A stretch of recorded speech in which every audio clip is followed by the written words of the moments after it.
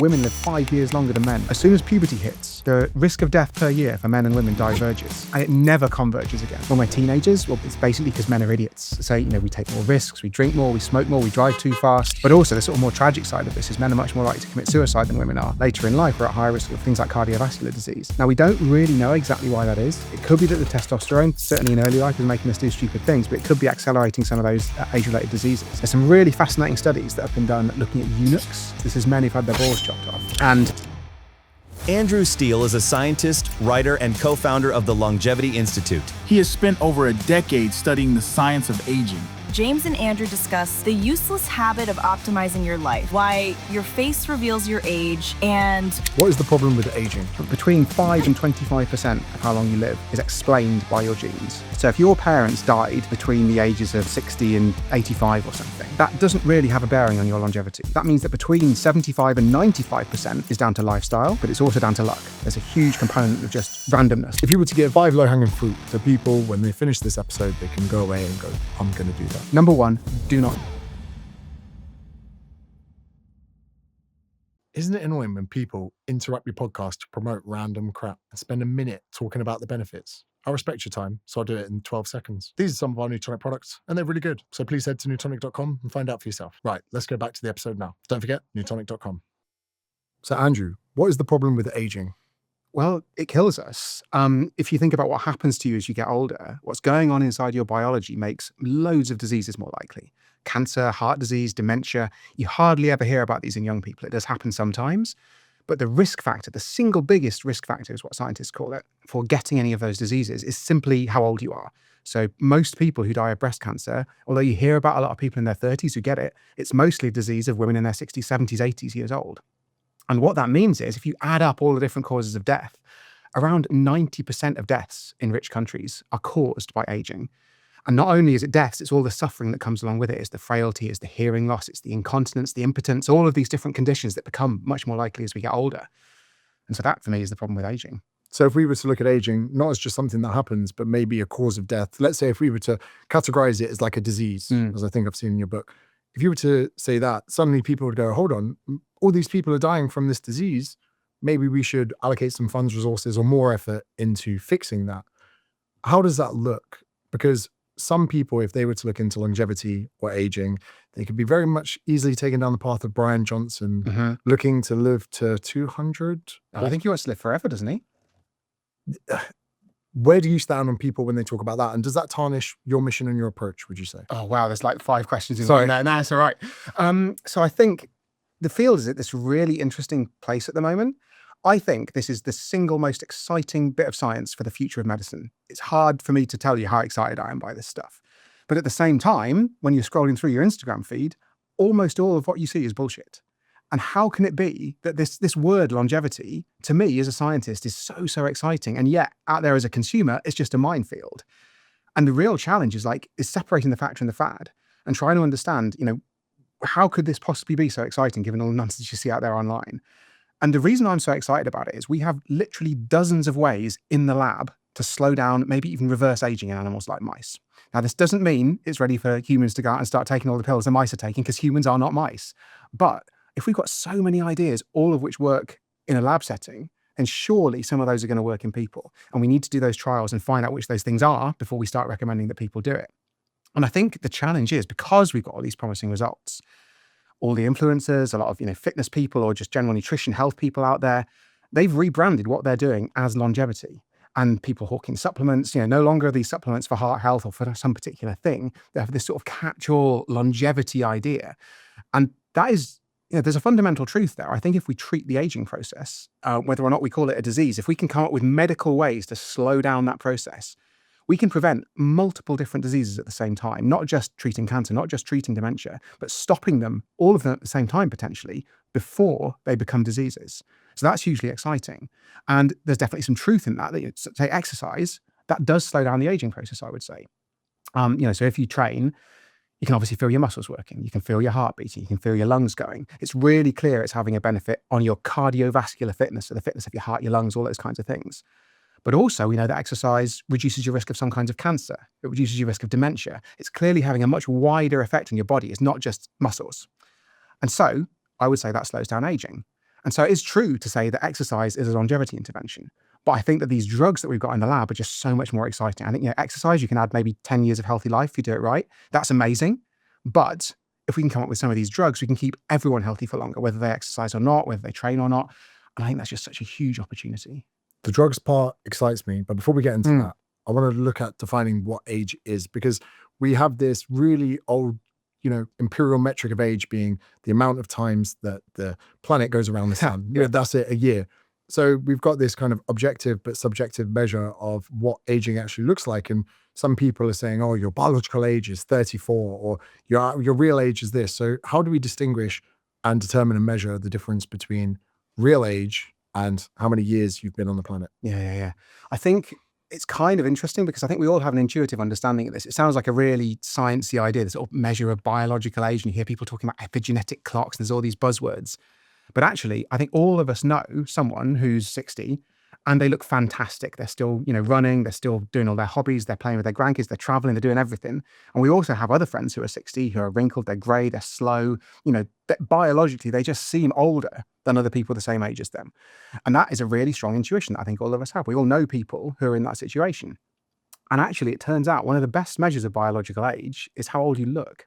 So there have been experiments done where they get a bunch of pictures of people and they show them to a panel of raters. And they did a study, I think in 2009, where they gave a bunch of these pictures to both regular folks off the street and to geriatric nurses who are used to dealing with older patients. So they thought they might be more accurate. Turns out it didn't really make any difference. Both groups, based on your perceived age, if you looked older, then you're more likely to die, you're more likely to get diseases.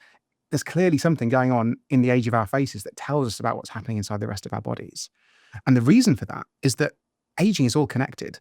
The same processes that increase our risk of cancer, increase our risk of heart disease, make us frail, also drive the wrinkles, the gray hair, the external signs of growing older. And that's the really fundamental insight of aging science at the moment. It's that this single collection of biological processes drives this whole range of different outcomes, not just how you look, but also what's going on inside your body. And so now obviously we've got sort of more quote unquote sciencey ways of doing this. You can do these epigenetic age tests that people might have heard of. You can do blood tests that tell you how old you are. But all these are basically scientists getting a bunch of measurements from people. They look at what the average person of a given age would score on this test. And then they see how you compare to that average person. And we know, for example, that if you have an older epigenetic age than the number of candles on your birthday cake, the number of times you've been around the sun, you're more likely to die, you're more likely to get diseases, all these same things. You're biologically older. And we know that if you have a younger score, then you're biologically younger.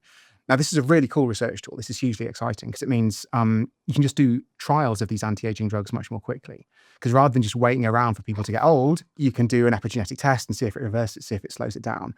But I think the real challenge is like the difference between the science in the lab and what's happening to consumers or for consumers. You can spend a couple of £100, a couple of $100, send off some spit in a tube or send off a blood sample and someone can give you your epigenetic age test back and tell you your result. But these things, they're really unreliable. I've got some friends who are scientists, a guy called Matt Cable, and he sent off a bunch of samples literally on the same morning. He took all these samples for all these different companies. He sent 2 samples to every company. And they just come back with completely different ages. He was 53 when he did it. And I think his ages range from like 40 to 60 or something. And, if they're telling us something useful, they definitely are in the lab, a useful research tool. But the consumer tests, they aren't standardized. They aren't well regulated. We don't know if the techniques they're using are consistent. So it's another frustrating situation. This is really cool science, but it's just not ready for consumers to go out and use these tests yet. Another problem I see is something similar to the fitness industry is that you see some people are just gifted with great genetics. So fitness genetics and aging genetics might be slightly different. Maybe actually could be closer correlated than you think, because composition, fat-free mass, muscle growth, all of these things that can play a massive part in longevity, but some people just win the fucking genetic lottery. And they end up becoming personal trainers, not because they're good coaches or they're empathetic or they're good at writing programs. People go, oh, you look great with your top off. You should be a PT. Mm-hmm. But we're definitely, I think, on the premise of seeing, women for a start, a lot of female influencers are very good looking people, which means they're more trustworthy, facial symmetry, all of these things that play a massive part, whether or not even having crooked teeth makes you less trustworthy. So when you see these beautiful people that look great, that age well, that, dare I use the term, bounce back from pregnancy, they then sell a workout plan, people buy it because they want to look like the person in it. And again, we've seen in the last few years about, the body positive movement, a lot of the big brands shifted to using plus-sized models and it tanked their sales. So we want the most beautiful people, the most beautiful, all of this. then suddenly they probably go through their tenure of fitness. Suddenly they're 38, 39, 40. They're suddenly thinking, I'm not so relevant in the fitness industry. Oh, wow, genetically, I look quite young for my age. I'm going to promote collagen. I'm going to promote this. I'm going to promote that. And really what people are buying into isn't the result that they've got from that person. They were just one of 100 people that won the genetic fucking lottery. And now because of that, people are buying in and spending a huge amount. So the pseudoscience, I can only imagine, is going to be rife because people are going to be looking at others as if they could live or do the same thing and have the same experiences. But I suppose the question is, how vast is the variation of genetics into this? And, are some people just at a massive disadvantage when it comes to aging, when it comes to looking older, when it comes to all of those things? And how can we account for that when, trying to navigate this world? It's really tough. And I think, I feel quite lucky that I don't have trouble maintaining a normal body weight, for example. If I was overweight, I think I'd have trouble being in the longevity space because people assume, people always come to me for health advice. And it's like, even if I was overweight, that wouldn't necessarily mean my advice was bad. It might just mean I spend more time reading scientific papers than going down the gym. So that's a problem. You also see a lot of the longevity scientists who have a bit of a media profile. They get Botox, they get hair dye, they do all these things. And I want to try and avoid the things that are purely cosmetic just because I want people to know that the science isn't there yet.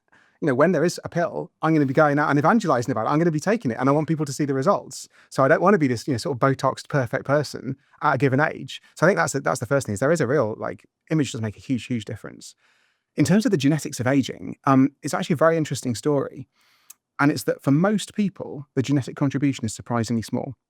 So if your parents died between the ages of, 60 and 85 or something, that doesn't really have a bearing on your longevity. It's sort of all to play for. And if you look at the best studies on this, somewhere between, and it depends how you do the maths, there's a bit of complicated technical nonsense here, but between 5 and 25% of how long you live is explained by your genes, which is not very much. That means that between 75 and 95% is down to lifestyle, but it's also down to luck. There's a huge component of just randomness. Like, are you going to get cancer? Is that heart attack going to come 3 years earlier than it would have been just because something dislodges in a part of your body that causes it? So there's a very, very large amount of luck, but it also means a lot of it is within our control. I suppose luck as well would be where you're born. Yeah.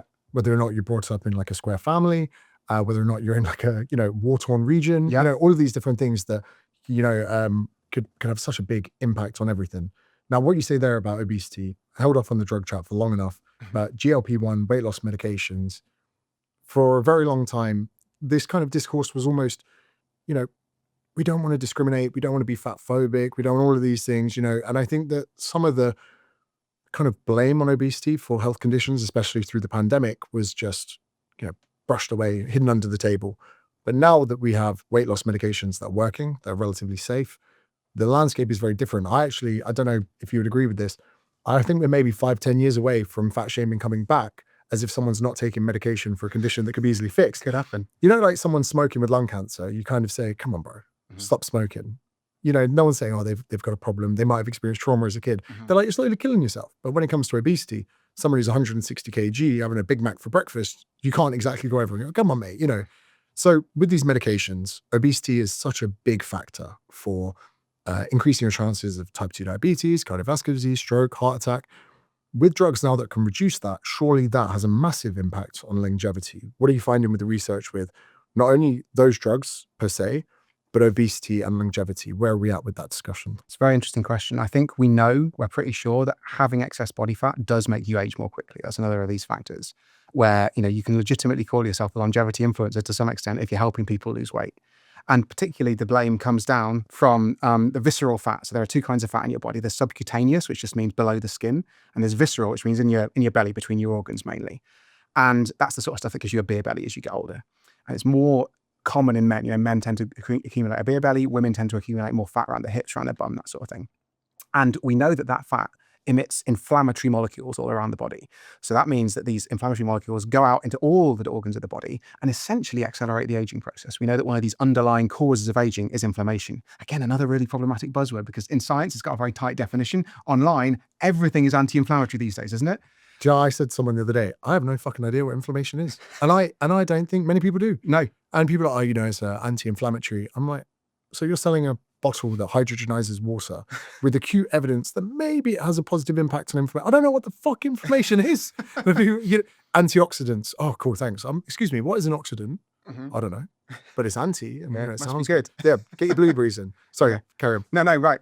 So we know that these things are inflammatory, and they're inflammatory in the sense that's genuinely bad. They accelerate the aging process throughout the body. So being overweight increases your risk of a whole range of diseases. Again, it's like exercise. It's not just heart disease that increases that you might expect. You sort of imagine the fat gumming up your arteries. That's a very intuitive picture, although it's a bit of an oversimplification. But it also increases your risk of cancer, dementia, all these different things are combined together. So it's essentially accelerating the aging process. And there is some evidence that these GLP-1 drugs do slow down aging. I think there's a bit of firstly, we don't know that for sure because we'd need to do one of these long-term human trials where we just get a bunch of people over the age of 65, give them some of these semaglutides, the Ozempics, the Wegovy drugs, or whatever it is, and watch them for 5 years and see if they do indeed, do they get fewer diseases? Do they live longer than the people who aren't taking the drugs and the people who are getting a little placebo pill that looks the same but doesn't contain any active ingredients? That's the first question. And we don't know the answer to that yet. The other challenge is that almost all the trials of these things have been done in people who are overweight because they're a weight loss drug. That's what they're for. And that means we're pretty sure that losing weight is anti-aging, as we just said. So if these drugs are making people live longer, they're preventing a whole range of different age-related problems. Is it just through the weight loss? Or do they have some other, could be anti-inflammatory effect, could be a completely different pathway that we haven't identified that's causing the aging process to slow down in another way? So we just need to do the trial and find out if these things really are. But I really hope it's going to change the conversation. I actually put out a video about GLP-1s a couple of weeks ago because there was a study that came out suggesting they reduced this epigenetic age we were just talking about. There are a load of caveats in the study. It was done in patients with a particular problem related to HIV. Again, a lot of the patients in the study were overweight, so it's not clear whether it's the weight loss that's causing it, but it reduced this epigenetic age. It's a tantalizing hint. It doesn't say everyone should be going out and taking Ozempic, but it does show us that maybe there's something there. But that video got me so much pushback. There's so many comments being like, oh, yeah, people should just hit the gym. They should just go on choose your favorite diet, your keto, your vegan, whatever it is. There's a load of pushback in the comments saying you should just do this thing. And I honestly find it very strange. I have a few theories. Because I feel like, let's take high blood pressure or high cholesterol. We know those things increase your risk of heart disease. And nobody shames you for taking a drug for trying to reduce those things. There are, you can influence cholesterol a bit with diet, but not as much as people think. There's a lot of genetics in there. Obviously, you can reduce your blood pressure with exercise and eating well as well. But there's not really any shame in taking those kinds of drugs. But because the Ozempics of this world have a visual impact, suddenly it's completely different. And there's this real Puritan culture in fitness, in anti-aging, where if you haven't worked for it, it's not a real gain. I think that's what they say. So I actually had an argument this morning with a personal trainer about 100 meters from here. And halfway through the argument, I said, I don't think you believe your actual argument. I said to him, you're a good looking guy. You're in good shape. Have you ever struggled with weight? He goes, no, I've got really good genetics. I can eat whatever I want, not get fat. I go, cool. I said, I think that you, as far as, the amount of status that you have for being a good looking guy, strong hairline in his 30s, all of these things, you have a certain amount of status, you work towards it, you train, whatever. The pool of other people that don't have the same genetics as you, they're going to take these drugs, they're going to get a lot closer. Mm-hmm. So for instance, when you look at status, when it comes to things like a pay rise, if you get a pay rise at work, you feel good. Mm-hmm. But if you and all your colleagues get a pay rise, it doesn't make you any happier. So what we like to do is elevate above other people and get ahead of them. So some people from a genetic lottery, whether it's being over 6 foot, having a strong hairline, or being in good shape is what separates you from your competitors when it comes to mating, dating apps, whatever it is. Mm-hmm. Now, suddenly, if the pool of other men at the same height, same age, same socioeconomic status as you are suddenly getting leaner and looking better naked, they're reducing your stocks. Mm-hmm. So I think it's the threat from their stocks being reduced, the same way that fitness influencers become so annoyed with people that start TRT. And again, we'll get into this in a second. Mm-hmm. They're saying, how dare you with your mid-genetics get jacked in your 30s? That's unfair on me because now I have to work harder to keep up with someone with inferior genetics. So I think that's definitely a part to play in it. Now, I used to be very strongly against weight loss medications until I did a YouTube video. I said, avoid it. I looked at the side effects. There was some suicide ideation in really rare amounts. I was like, you're idiots. Then one comment on YouTube said, James, love your stuff. Been watching you for years. In the politest way possible, you're wrong about these. And the only way you will know is if you try them. So I was like, oh, fuck you. I'm going to order some semaglutide. I took it. And in 2-week period, I lost over 4 kilograms. Mm-hmm. And it wasn't even the weight loss that impressed me. It was just the part of my mind that went quiet. So I never knew how much food controlled my mind on a daily basis. And until that noise went away, I actually genuinely, I haven't said this yet publicly, I haven't made a video about tracking calories since I took it. Because that experience to me suddenly, whenever I saw anyone that was struggling, I actually saw hundreds of clients that I worked with face to face. I saw all the thousands of clients that I worked with. And if you were to ask me, is this better than what a personal trainer could do? I would say yes. Because I did have clients that would be on help. I did have people that had 50 kilograms to lose. I had people that sat down in front of me and gave me their hard-earned money in 2015 and said, James, if I don't sort my life out, I'm going to die. And having those conversations with people, if that conversation happened today and they had £2,000, I would say, go speak to your doctor, go to a clinic, go do this. And that's a hard thing for PT to admit. But when I took semaglutide, I felt a bit nauseous. And people said, oh, it's really bad. I said, you don't understand. I'm nauseous every night from overeating. I love being full.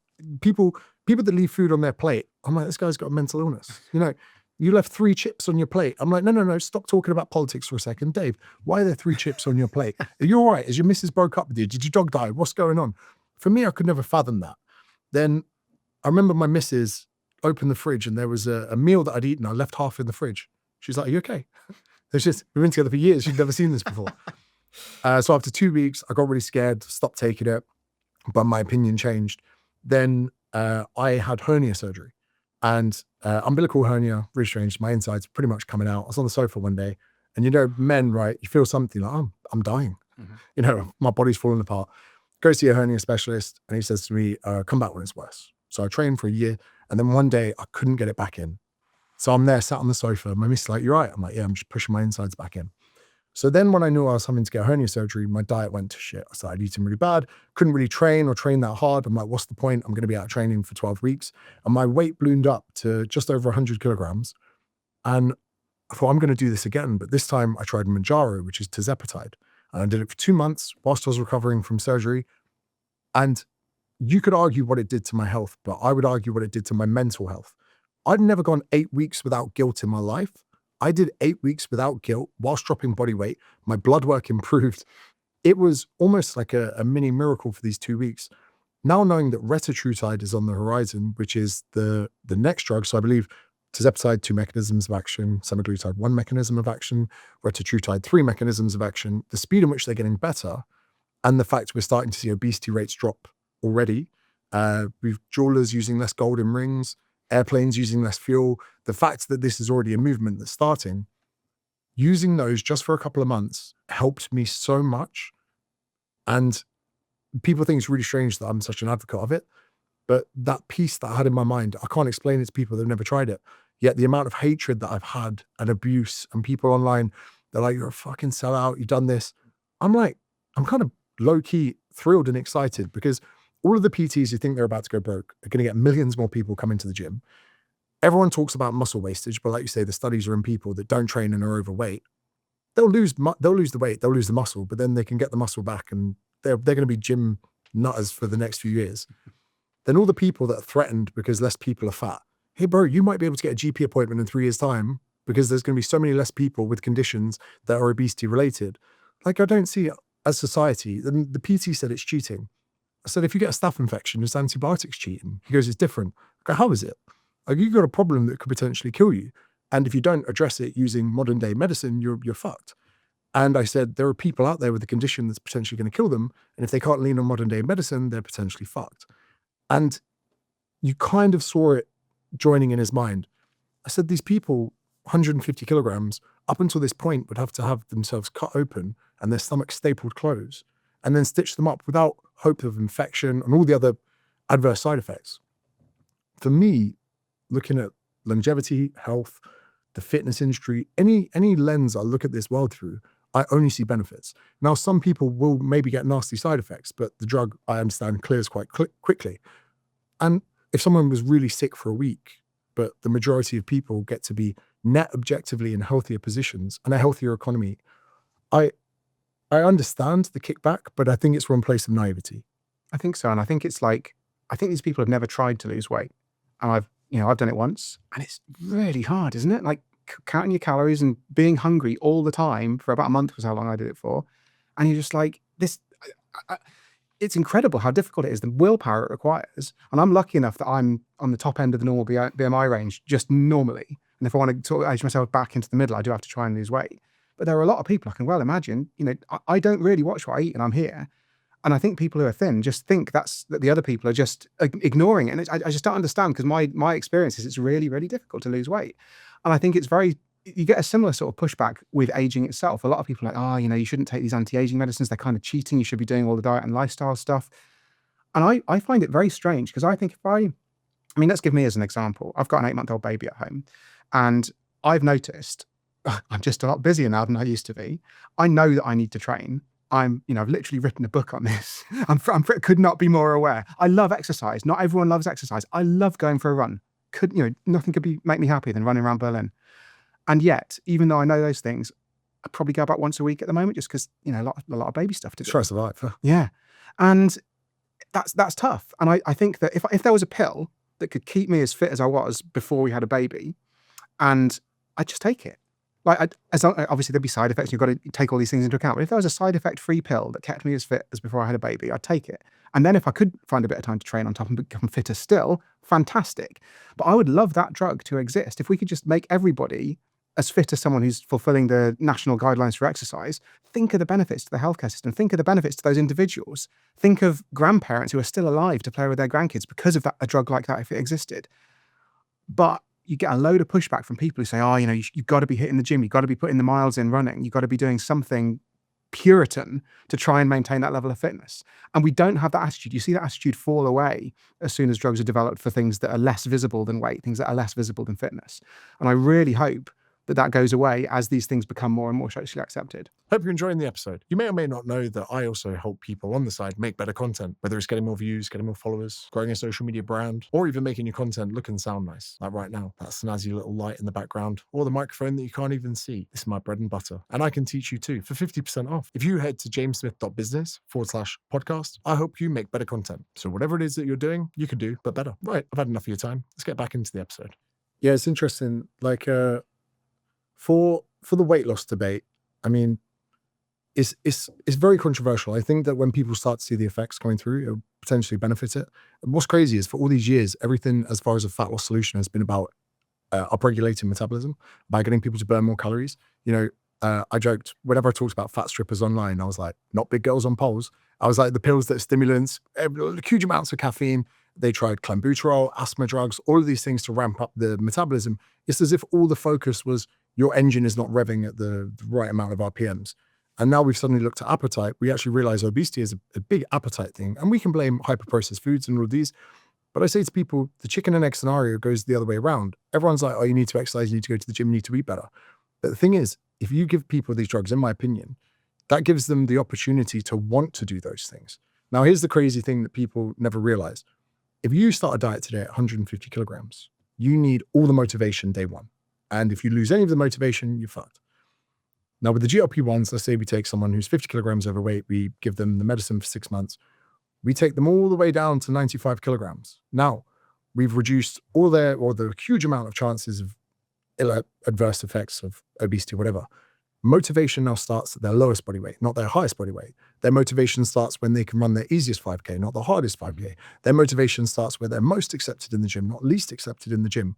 If anything, starting a hard bout of motivation at this point, at the lighter weight, is going to be far easier than any other way possible. It's almost like starting an investment project with capital versus having to, borrow money from the bank. The second thing that I found was, I saw a picture of myself 2 months after hernia surgery, and I wasn't like shredded. I wasn't like, oh, Men's Health, is that you? It wasn't that. But I saw a picture of myself in a physique that I was happy of, and there was no trauma before it. And when I say trauma, people are going to think I'm a drama queen. But every single picture of myself looking lean in the last 10 years, I can tell you the exact sacrifices I had to make. I remember the nights going to bed early because I was hungry.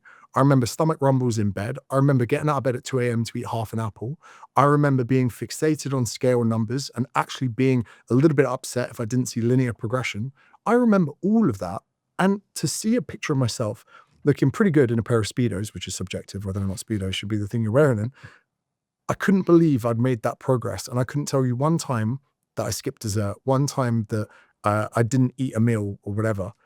Even Big John did a video with LBC this week where he spoke about how he doesn't want to use these drugs because he loves enjoying food.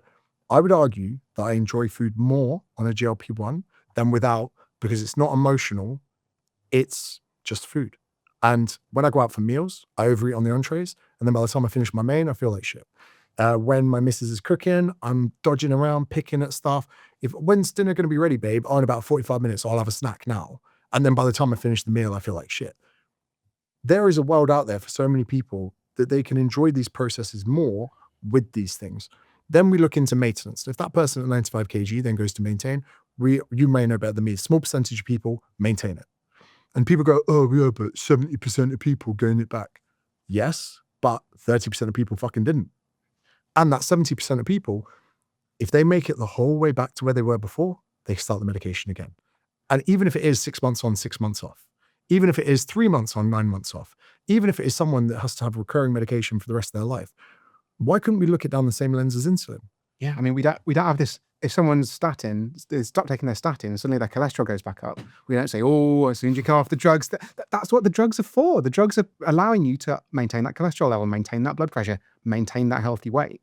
And so it's really weird that we've got this obsession. It's like with a diet, if you stop doing the diet, you gain the weight back. And nobody's like, oh, diets are bad because you have to do them continuously in order to keep the weight off. Or running. Yeah, you stop running, you get less good at running. Like this is obvious in every aspect of our lives and in most kinds of medication. But no one's like, oh, cancer patients, you have to keep giving them chemo. It's like absolutely ridiculous. If you said that, you'd be laughed out of the place. And yet, for some reason, at least at this moment in history, obesity is in a very special category for a lot of people. There was a really interesting, I can't remember the exact statistic now, there's a scientist called Giles Yeo who studies obesity and weight. And he was giving a talk and he was explaining how, let's go back to say the 50s, very few people were overweight. And if you fast forward to today, 30, 40% of the population, depending on the country that you're in, are overweight or obese. But there's also then 60% of people who aren't overweight or obese. And what that means is that clearly some people have genetics or something about them that means they aren't gaining the weight in spite of that food environment.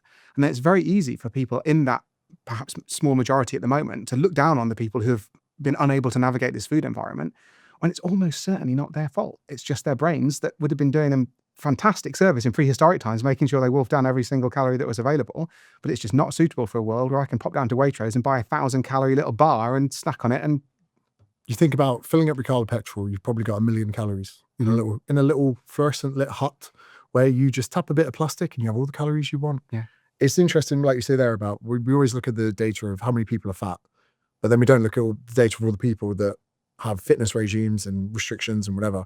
I think it was Jordan Peterson that said, the question isn't why do people do cocaine? He said, let's ask why they don't do it every day. Mm-hmm. He goes, they love it, makes them feel good, all of these things, but they have the self-control to only do it on special occasions. Mm-hmm. And the same with food. Some people have their cheat meals or their meals out with their partners or whatever, but so much of humanity have actually got this on lock. And like you say, I like to remind people that, we like to think we're this amazing species that's super intelligent. We're very primitive and we're very fucking stupid with a lot of the ways that we have rationality. But our brains are designed and hardwired that if you were to go back 1,000 years and you were to go past a bush of, fucking berries, you wouldn't go, oh, I feel satiated, I will leave the berries for the next person. You would fucking gouge on everything. You'd probably kill someone with your bare hands to get their berries. And then we get to this point where people like to blame these hedonic foods and hyperpalatable foods and processed foods or whatever. Yeah, but it's a business. And there would be idiots. If McDonald's said, oh, we're going to make our food taste like shit in a bid to make people healthier, we've already got that in salads. I think the blame and the responsibility has to be taken on by people. And another thing is, I saw a documentary the other day talking about Super Size Me. Remember the guy who had the McDonald's? Yeah, that made me want a McDonald's, that film, more than anything I've ever watched. Well, apparently the director of that film, allegedly, had never had a hit film before. And he spotted trends on the news of a load of people going after fast food, and he saw his opportunity. Now, he was eating between 5,000 and 6,000 calories a day, which is way more than what his body would want or need. He was hypochondriac and overacting with all of the, I feel a pain or I'm down here, whatever, because he knew it would get him the publishing of the film. Then we see this back catalogue of people eating junk food, losing weight, improving their health markers. Objectively, I don't even like the discussions. And feel free to disagree with me on this, especially as I'm supposed to be the fitness trainer. When I look at junk food, I don't see bad food. I see food, high amounts of calories, null, void amount of nutrients. I see this as a bad deal. You're spending £15 on lunch, you're not really getting much from it apart from a bit of sodium. And I wish that we could have this vision as human beings to maybe just look at healthy foods as being things with benefits in them and not blame fast foods for why everyone is overweight. I think, like you say, the mechanisms of thousands of years of being scarce around food and having all of this abundance next to us, you know, in what world do people think that 100% of people can just say no thanks to those things, especially where you could look at quality of living, how happy people are, job satisfaction, relationship satisfaction, if they're even lucky enough to be in a relationship. I said to this guy yesterday, I said, bro, someone having that chocolate cake at night, that could be the best part of their day. And if you want to use willpower to stop that, you're fucked. But if you were to use the GLP-1 to stop that, they could see success. And yeah, it's such an interesting debate where, tell me what you think about that. But longevity, fast food, disagree with me if you wish. No, I think you've really hit the nail on the head, actually. And I think one of the problems that I often have when I'm talking about longevity drugs is they say, we should go out and we should solve all these social problems. So for example, isn't this all just for the rich? Aren't these rich people going to be popping all these, longevity pills that we develop and living even longer? And it's going to leave the poor people of the world behind, the people who've got poor diets, the people who, because of the state of their lives, essentially drink more, they get less exercise, they eat less well, and so on. And I actually think that it's much more effective to develop longevity medication than it is to try and solve every single social problem. Because if you think about even just the advertising spend of the food industry is up in the billions and billions of pounds or dollars a year. And to go up against that, to try and enact an entire shift in the whole way that we have a relationship with food, it's a very personal thing to every individual. That's not something that I don't think we should do. I think we should try and do that. I think we should try and help people get exercise into their everyday lives. I love cycling everywhere, and I'd love it if there was better cycling infrastructure here in London. It's terrifying on some of those roads. You've got to make it easy for people to try and get these things, so that they can commute to work, so that they can go out and do their errands on their bike rather than always jumping in their car. I think public health is hugely, hugely important. But it's just so hard. Because if you think about, if I had $1 billion, I'd spend it all on science. And the reason being is if we could develop a drug that keeps people healthy for longer, that makes people lose weight, that does any of these things, that drug is, I don't want to medicalize everyday life, but it's such a simple solution if you've got something in a pill that doesn't require transforming the whole of society, that doesn't require going toe to toe with billions and billions of dollars in ad budget. And so I think it could actually be of greatest benefit to the poorest people. Because it might be that these first longevity drugs, they'll probably help most people, but maybe if you're already rich, if you're already fit, if you're already eating the right diet, if you're already the right weight, it might be an incremental benefit. But we know that those people who are overweight, who are drinking too much, who are smoking, they're essentially accelerating the aging in their bodies. And if we can give them a pill that slows down the aging process, that is going to have a huge, wide-ranging public health benefit.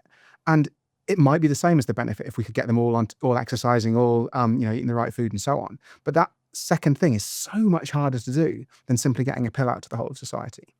And if you think about it on a global scale here, not just in rich countries like the UK, the US, whatever, global life expectancy, I often do this as a quiz in my talks. I won't put you on the spot and be mean, but just if you're listening to this at home or watching this at home, what do you think global life expectancy is? It's worth rummaging around your head. This is the average length of time that people in countries all around the world live. And surveys show that most people dramatically underestimate this number. We were all taught in school that there's a really big poor part of the world. They've got poor access to sanitation. They've got, bad nutrition. They've got no medical care. And what that means is we think that they all live much, much shorter lives than we do. But global life expectancy is 73.3 years old. Whereas in the richer nations, where we right things around 78? Yeah, 78, 80. 78 is the US. I think most countries are a little bit above 80. So you're looking at a 5 to 10% difference between an average middle income country and the richest parts of the world. There are a handful of really poor countries where life expectancy is under 65, but it's a few percent of the global population living in countries like that. The evil part of this in my brain goes, where you say rich people, I think like Jeff Bezos. I think he's going to manufacture the shit out of this to get his workforce to work more. Retirement age, now it's 85. Because you think about, let's say you got a business, and back in the day, I think employees were a lot more loyal with the businesses. Nowadays, everyone jumps every 2 years. But if you think you've got to take someone from a junior role to an assistant, to a manager, to a team manager, to a director, to a managing director, to CEO, just as you get that person perfectly trained and competent to run the business, I'm retiring. You fucking bastard. I've just trained you up for 40 years and you're off to go do some gardening. With the longevity side of things, I think that these organizations will go, oh, we'll give you a few billion. But what we want to do is we want to push the age bracket a little bit further for retirement. Oh, listen, Steve, you can still run a 15K. You're not going anywhere. Is that an impact that you think we'll see where people are going to use this and it will be hidden under the guise of longevity, but really it's going to be a productivity thing to squeeze the most out of the working economy and labor force potentially? Do you know what? I wish they would. And the reason I say that is because We already need to raise retirement ages. Like most countries around the world are staring down the barrel of a pension crisis because people are living healthier for longer already without any longevity interventions already existing. So if we go back, if we think about the UK, where we're sat right now, the state pension age of 65 was first introduced in 1923. And back then, you were pretty lucky to reach 65. If you did, you're probably going to, cough and splutter your way through a few more years and then expire. So it's sort of the government going, sorry, you've made it this far, go and, Go die peacefully. Go and die peacefully, go and have a bit of money to do that. And the male state pension age in the UK didn't rise from 65 until 2019. So that's nearly 100 years with exactly the same retirement age. Now, of course, that's going to be a problem. It's essentially a pyramid scheme. And luckily, the UK population was growing throughout that time and things were sort of basically okay. But, what's retirement age now? About 67, I think. And that means someone who's 67 today probably is looking at maybe 15, 20 years of life ahead of them. And that means that's an awful long time for the state to be paying out a pension. It's an awful long time for people to be surviving off their savings. And actually what you find is people are already working longer than the state pension age. There was a report that came out a few weeks ago now, where they were looking, it was an OECD report looking at how long people were working. And people know they're going to be living longer. So they sit down at home, do their calculations. How much money do I need to retire to have a good time? They realize they're going to have to work for a few more years, even if the official retirement age isn't quite moving as fast. And the reason they're able to do that is because they're healthy. A 65-year-old today, like obviously there are unlucky people, but a lot of them are doing pretty well. My parents, they're in their 70s. They're doing pretty well. They're still able to go out and travel and get on, go on holiday. I don't want to wish my parents to go back to work, but they could technically go back to work. They got the skills. They got. I'll the find a bit of work for them if they want. Exactly. Get them doing something. They'll be directing something. Yeah. So I think there's a huge positive feedback here in that I think it's going to be much easier to bargain with people to say, look, we're going to have to raise the retirement age because look at the country's finances. But in an exchange for that, we're going to make sure that you're healthier while you're working. So it's, less difficult for you physically and mentally while you're working. And you're also going to have a longer, healthier retirement in order to enjoy that money for longer. So it could be a win-win-win. It could be increasing productivity. It could be giving people, more money in their pockets. It could then be giving them a longer, healthier retirement. The problem is this cynical cash transfer that you sort of alluded to in your question just isn't happening. There's a lot of stories about billionaires like sinking all their money into longevity. Maybe they're psychos who want to live longer themselves to spend their billions. Maybe they do want to extract every last, grain out of their workforce. But the single biggest investment in longevity science is a company called Altos Labs. And this is a company working on something called epigenetic reprogramming. It's a way to turn back the biological clock inside cells. Hugely exciting technology. And it's received about $5 billion in investment. Now that sounds like a lot. It's a lot of money to you and me, isn't it? But in the scheme of biotech, in the scheme of medical research generally, that's less than the US public funding of cancer research every single year. So I honestly don't know why billionaires aren't more obsessed with longevity. Because if I was Jeff Bezos, and he's actually one of the guys who's thought to have invested in this Altos Labs outfit, he isn't the sole investor, so he's given it a few billion. What's his net worth these days? $100-200 billion? Like, if he really wanted to live forever, he should be. What's he doing with all that money? Like, if I had $100 billion. Or he's having fun. I saw him in Ibiza last week. Did you? Yeah. No, I wasn't personally there, but I see him at a club, duffing, and I was thinking, go on, Jeff. Did he hire the whole of Ibiza like you do? No, he was just behind the decks and just having a good time. Yeah. Talking of psycho millionaires that want to live forever, Bryan Johnson. Well, he blocked me on Twitter. Oh, tell me more. And the reason that happened was, at first, I sort of came across him because there was this Bloomberg Business Week article that made him super famous. I came across his regime and I did a little video, basically debunking what he's doing, to be honest. Because he uses these epigenetic age measures that I already said, they're not necessarily reliable. We don't really know what they mean when you reduce them. He's taking 100 different supplements. And the problem is, as everyone probably remembers from science at school, when you do an experiment, you got to change one thing at a time in order to work out which thing is having the effect. So if you do 100 different things, and those things include, by the way, eating well, sleeping well, getting a bunch of exercise, and then you get healthier, what does that mean? Which of those things did that? And to be honest, I think most of the can there has been carried by the sleep, the food, and the exercise. And so it might even be that those 100 supplements are actually reducing his lifespan potentially, but we just don't have the data for most of these things. Like there's certainly not 100 longevity drugs that we're ready to try in people. And so they're taking results from mice, they're taking results from cells in a dish, they're taking really speculative mechanisms, they're taking weird extracts from, huge numbers of different foods, and maybe it's better just to eat the food. And combining all these things together, I actually worry that he's shortening his lifespan because biology is so complicated. If you throw some kind of spanner at random into your body, if you give it a random chemical in a high concentration, you wouldn't necessarily expect it to make it better. And so if you take 100 different things, so when you're an older person, if you go to the doctor, they say you need to take this new drug. The first thing they'll ask you before giving you the drug is what you're already taking. You get these things called drug interactions where the drugs, fight essentially and cause problems within your body. So if you're taking 100 drugs or 100 supplements, which are essentially the same as drugs, they're just regulated much more poorly, then what on earth is going on inside your biology? So I was chatting with him on Twitter about this briefly.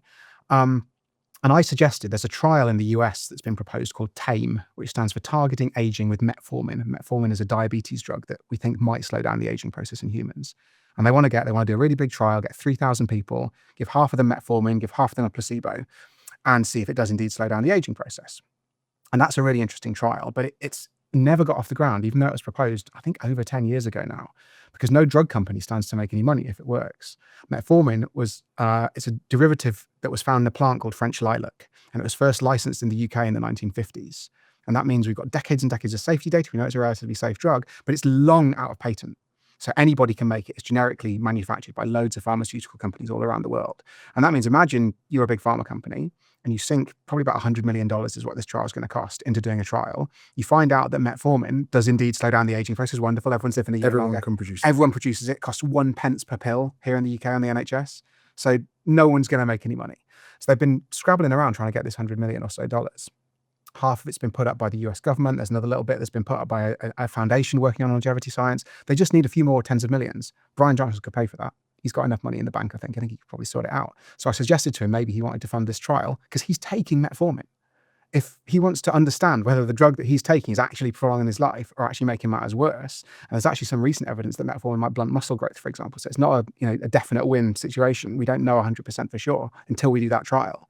So I said to him, look, this is a benefit to you. It's a benefit to the wider longevity community. If we could develop the first anti-aging drug, it's going to be a blockbuster. It's going to be really exciting. It's going to get a load more money flying into the field, which means we're going to get more and more exciting drugs later down the line. And the first thing he did was he told me to go and work for the US government. And I was like, well, I live in Germany, so that's going to be a bit difficult. And then essentially he reached for the block button. So disappointing. Interesting enough, when I look at Bryan Johnson, I don't mean to be mean. I made a video about him and everyone gave me a lot of hate over it. He strikes me to longevity what an eating disorder is to the fitness industry. So there are sometimes I see bodybuilders and they might look great with their kit off. But then when I see them bring scales to the dinner table to weigh a stem of broccoli, I'm like, bro, this is not healthy for you. It's maybe healthy down there, but in your head, it's not. The same people that, will, a lot of bodybuilders competing for a show will cook their favorite desserts and freeze it. They just want to go through the pleasure of cooking it, but then they won't eat it. They'll freeze it and they'll delay the gratification for later. The fitness industry is actually a lot of eating disorders with boob jobs and steroid abuse. And yet we dress it up to make it look good. For me, for Bryan Johnson, I see the exact same thing. I see someone over-obsessing over something, maybe we look at the Mediterranean where quality of life and relationships and, divorce rates are all of these stats that could be very meaningful and great to people, not to mention accessible. But to me, it seems if you make hundreds of millions of dollars, if I make hundreds of millions, good luck. Yeah, you're not seeing me on social media. Exactly. I'm getting rid of my phone. I'm gone. Mm-hmm. See you later, guys. I'm out the back door. But I feel, again, back to status, a lot of people make a lot of money and they don't get the attention, maybe don't get the pussy, maybe don't get what they wanted to. And they see someone with 1/10 of their net worth getting all the attention. They go, oh, actually, I want to be a social media influencer. Now, to be a social media influencer, you need to have a cause and you need a guise to hide behind. And for his, I feel it's longevity, but behind it, I think he just wants to be famous. A bit like Gary Economics. I feel a lot of what he says is because he made millions, maybe, and I don't know how much pussy he got, or Bryan Johnson, but then suddenly they say some stuff online, like, oh, tax the rich, and then someone comes up and taps them in Tesco's and goes, love your stuff. It's like, oh my God, that feels better than money. I made £1 million, I didn't feel that. Someone shouts across the street, oh, Gary, mate, you're a fucking legend. Oh my God, is this status? What is this? So then I feel like someone like Bryan Johnson might have put out something, or like Eddie Abu, they become they become a product of their audience. So they start giving the audience what they want. So he might have put out some longevity tips and everyone's like, you're a legend. Oh, I love you. Oh, you're the best thing since sliced bread. And it becomes more and more extreme because it's not even the money they want. They become drunk off the notoriety, the fame. Hey, Bryan, can you come speak at our event? Hey, Eddie, can you come to Cambridge? And they're like, oh, it's like mini status orgasms that they're having everywhere. And then suddenly what they're saying doesn't even make sense. Or even if you zoom out and just look at it through a fresh set of eyes, you're like, what the fuck are you guys doing? And for Bryan Johnson, I don't know him well enough. And actually, I know people that say he's a lovely guy, great guy, whatever. And they're saying, he's putting himself into being a scientific experiment so we can all learn from it. I'm like, yeah, maybe, but the 100 pills a day, why 100? Why not 92? Why not 103? Seems almost as if you wanted a thumbnail and something clickable, so you opted for 100 pills. They're like, oh, no, put a little bit of that in. Yeah, let's get some of this. I'll put some leucine in there. Why? Because then it will sound good in a fucking sound clip. Then people will talk about it on a podcast in London. For me, I just can't get on board with it. And actually, it makes me less interested in longevity than anything else. And part of me, and this sounds really bad to say it, thinks, wouldn't it be great if you got hit by a bus? Joking, by the way, by saying that, kind of. So then you would go, look, 100 pills a day didn't work. And because ultimately, that's the sad satire nature of life, that you can do everything right and fucking die. Yet there's some bastard out there in Italy who smoked 40 cigarettes a day and is a borderline alcoholic and he's 110. That's just the way that life is. And I think we should be looking to say to people, hey, don't live and sleep on a red light flipping bed. Don't have 100 pills a day. Don't eat. Me personally, I don't think he's looking great. I think he looks like a vampire. I think he could have had a cameo in Twilight. And I know that's a mean thing to say. Bryan Johnson, I'm semi-sorry for saying that. But even when I saw him putting an ankle strap on to dance at a sober disco, and he was like, oh, if I roll my ankle, I could shave 6 weeks off my life. How do you know that? You're just saying things for the sake of saying things at this point, bro. Do you know what? Maybe you need to go have a couple pints of lager with the boys, because that could maybe do more for your life. And the boys go, do you know what, mate? You need to stop working as hard. Or do you know what, mate? It baffles me that we've got to this point of extremism where if any other realm, even when I see it in financial people, they go, oh, I invest everything into the stocks. Oh yeah, and are you ever going to sell your position and spend it? No, I'm going to die with all the money. Warren Buffett, mental. He's made all this money, he's all of that. But if you're not spending it, I don't understand what you're doing. He just wants to beat the system. Same with Bryan Johnson. He just wants to live to be the longest. To me, it's a tragic waste of life. And I think it's really interesting. Like, I think normal people do think that. And if you looked under his very early videos, because I obviously came across him quite early on, there were a lot of people being like, oh, even if I had $400 million, I wouldn't want to live like this. Like, he sleeps alone, goes to bed at 8 p.m. in order to optimize his sleep quality according to the Whoop app. And you're like, what's that based on? Is that going to make you definitely live longer? No one's ever done a trial on that. He's optimizing all of this stuff. And normal people look at that and go, exactly as you said, if I had $400 million, I'd be off on an island, I'd be DJing in Ibiza, I'd be doing whatever it is. You'd knock yourself out, enjoy it. You can have whatever you want if you have 400 million. You don't even need 400 million, you can have whatever you want. So it makes it really inaccessible. And people think, the other really problematic thought that it gives people is that longevity is only for ultra-rich people. In order to live longer, you need all of these expensive blood tests. You need to be taking 100 supplements a day. You need a private team of doctors, which is what he says he's got. And I think that just is really disempowering, because actually we were just talking about metformin. This drug costs a penny a pill. Like, if that slows down aging, that isn't just going to be accessible to the super rich. It's going to be accessible to everyone, whatever country in the world they live in, pretty much, if we can get the infrastructure and get that stuff distributed. So it really turns people off. The challenge is now he's got his followers online. He's got his people who are, perhaps in the same sort of boat he is and want to optimize their longevity to this hyper degree. And then all the comments under the videos now are much more positive toward him. And if you say anything negative about him, you get absolutely piled on by all the Bryan Johnson bros. Yeah, we've been there. Isn't it a coincidence we've seen two charlatans with the same name in the last few years? I think it's very funny. Completely opposite ends of the spectrum. One vegan, one only eats liver. And yet... And again, Liver King had a really strong following because people believed what he said.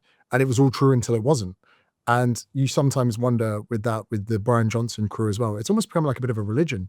And he is the martyr. He is the head of the cult. He is part of that. And I suppose even with all of these things that you want to do being pro-longevity, do you have occasional drink? Yeah, of course I do.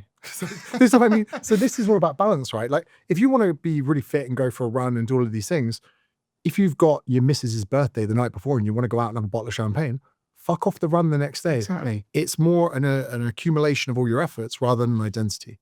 Yeah, definitely. Tell me about the things you do that maybe wouldn't be good for your longevity. I'm going to say one thing first. Okay. You can answer that question again in a second.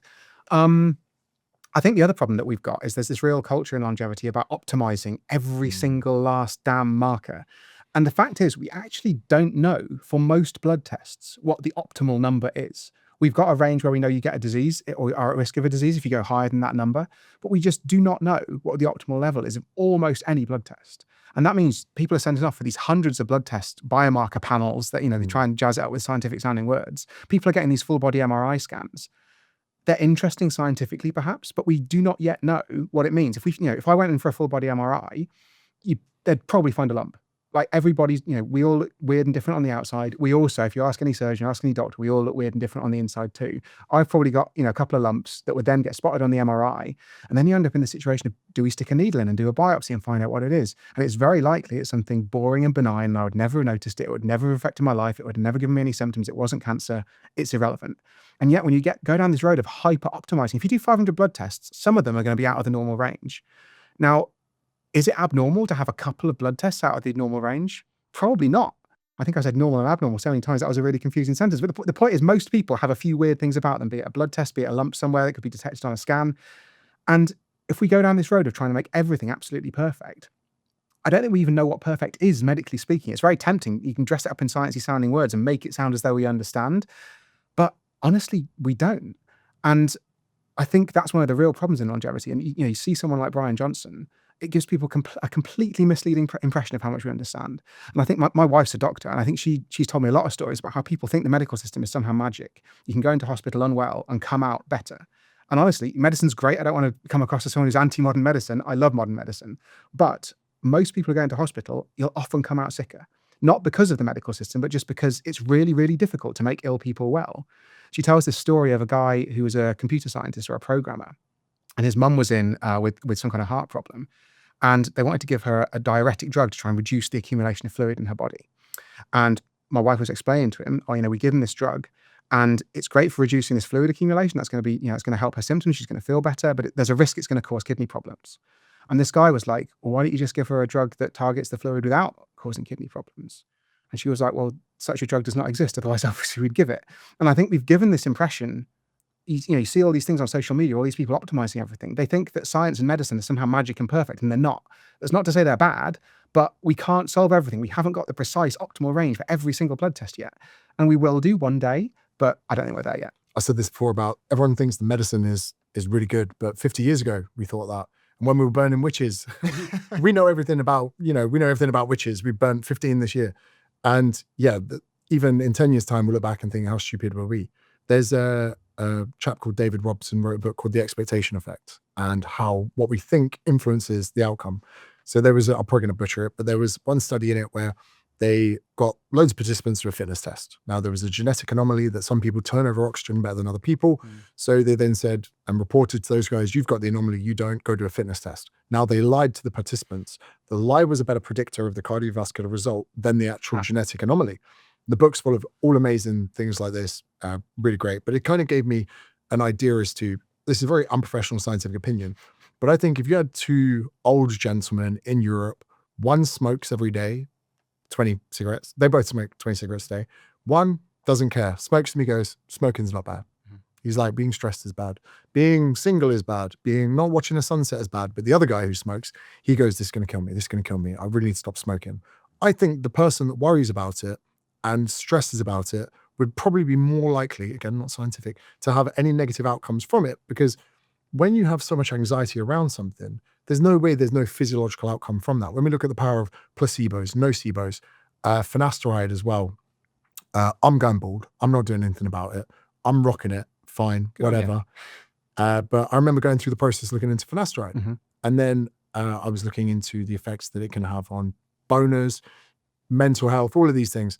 And it's not even the finasteride I was worried about. It was a doctor saying, hey, you might have weak erections taking this drug.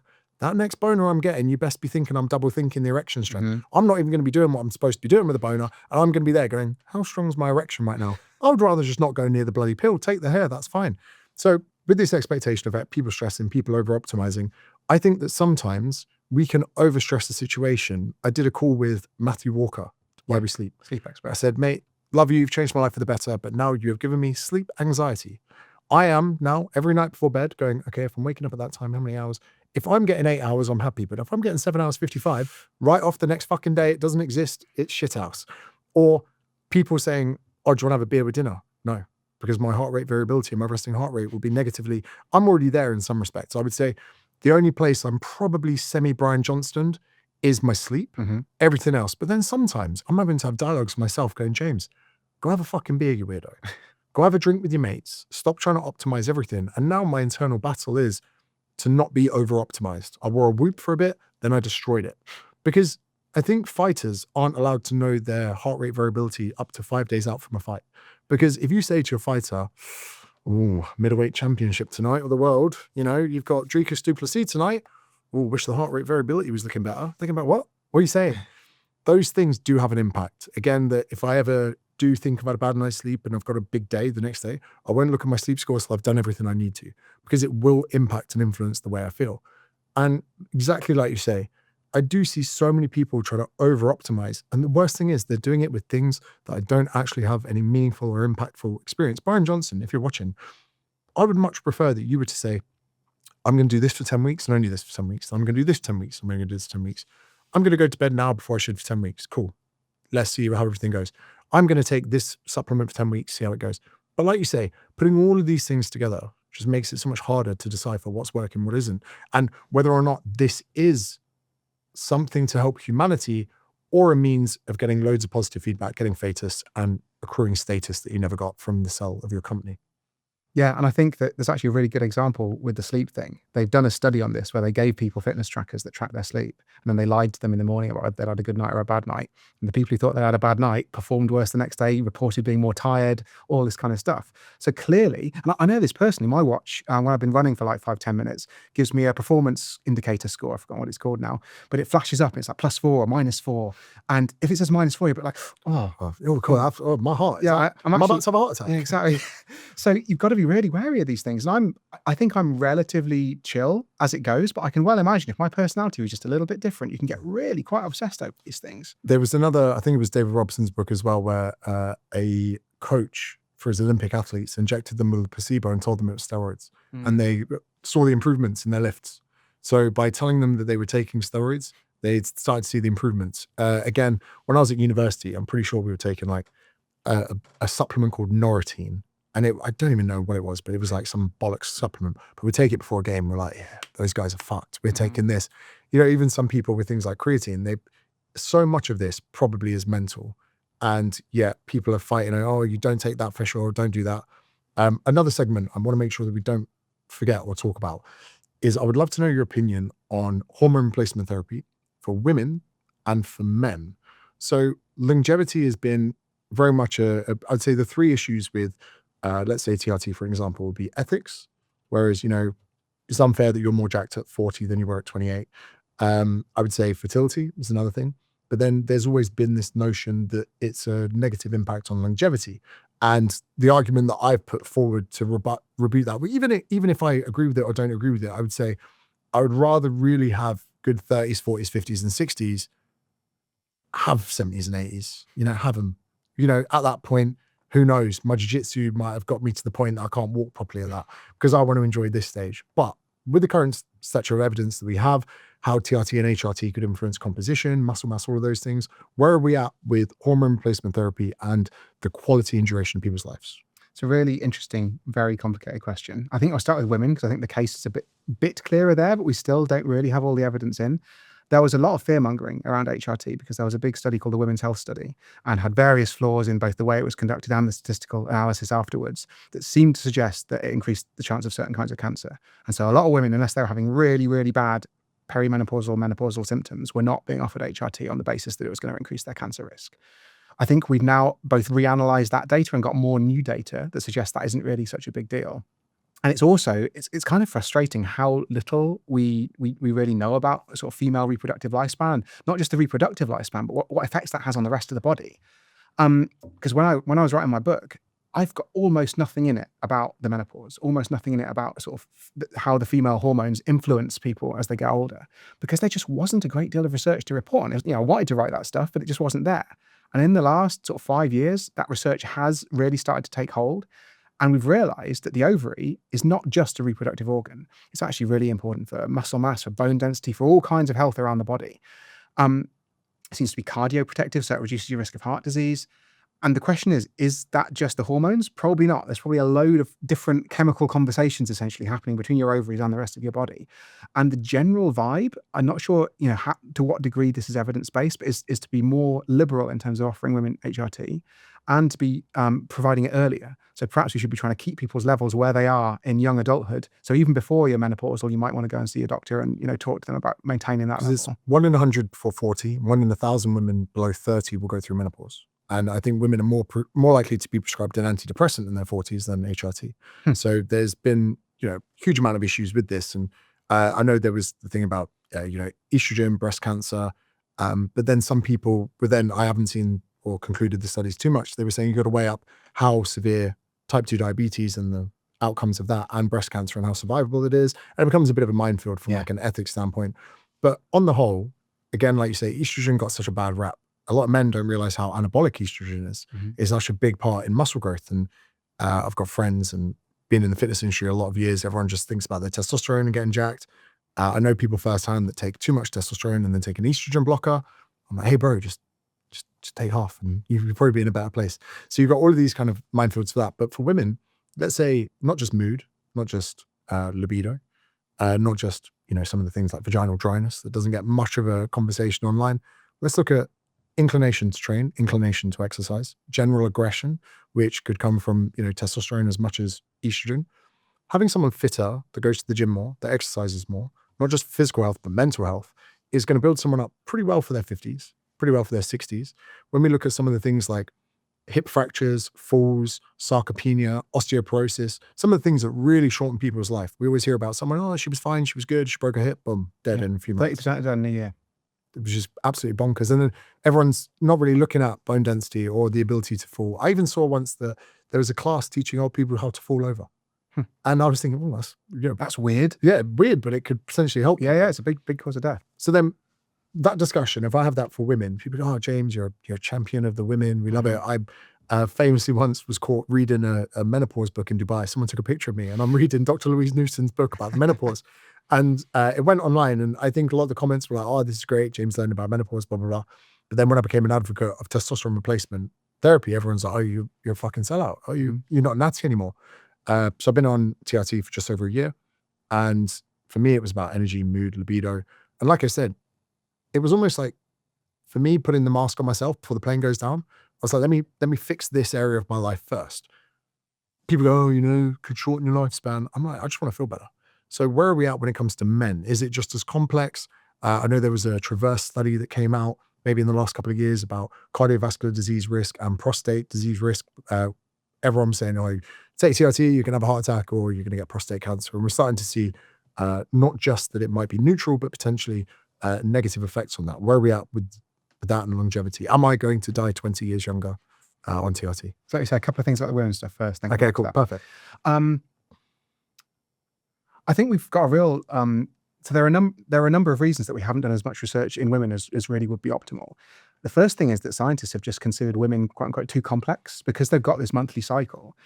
It's considered easier to try out a drug in men than it is to try it out in women, which is ridiculous because women are going to be taking your drug eventually once you prove that it works. But I guess if you're a pharma company, you've got the incentive to demonstrate your drug works in a very clear, clean environment.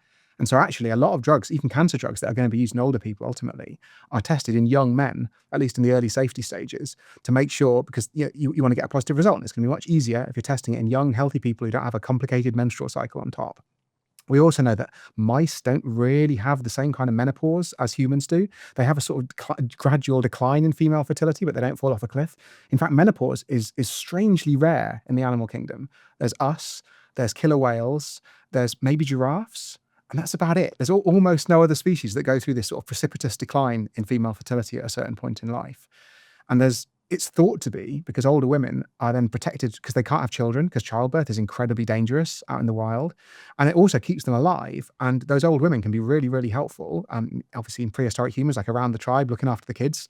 Or in killer whales, we know we've done these studies. When an older matriarch dies in one of these pods of killer whales, suddenly they're not as good at finding food. So the older women, they've been around a really long time. They've seen all the food sources. If there's a bit of a fallow year for fish, then what they can do is they can navigate the pod to somewhere where they know there was food in previous years and allow them to survive. So it actually increases the mortality rate of the rest of the pod to lose those older women. And yet, because of all these supposed barriers, research is much more often done in male humans, much more often done in male mice. And so we completely miss out the female side of the picture. So you're saying that menopause from an evolutionary perspective could be a protective mechanism to a cohort of humans that are living together.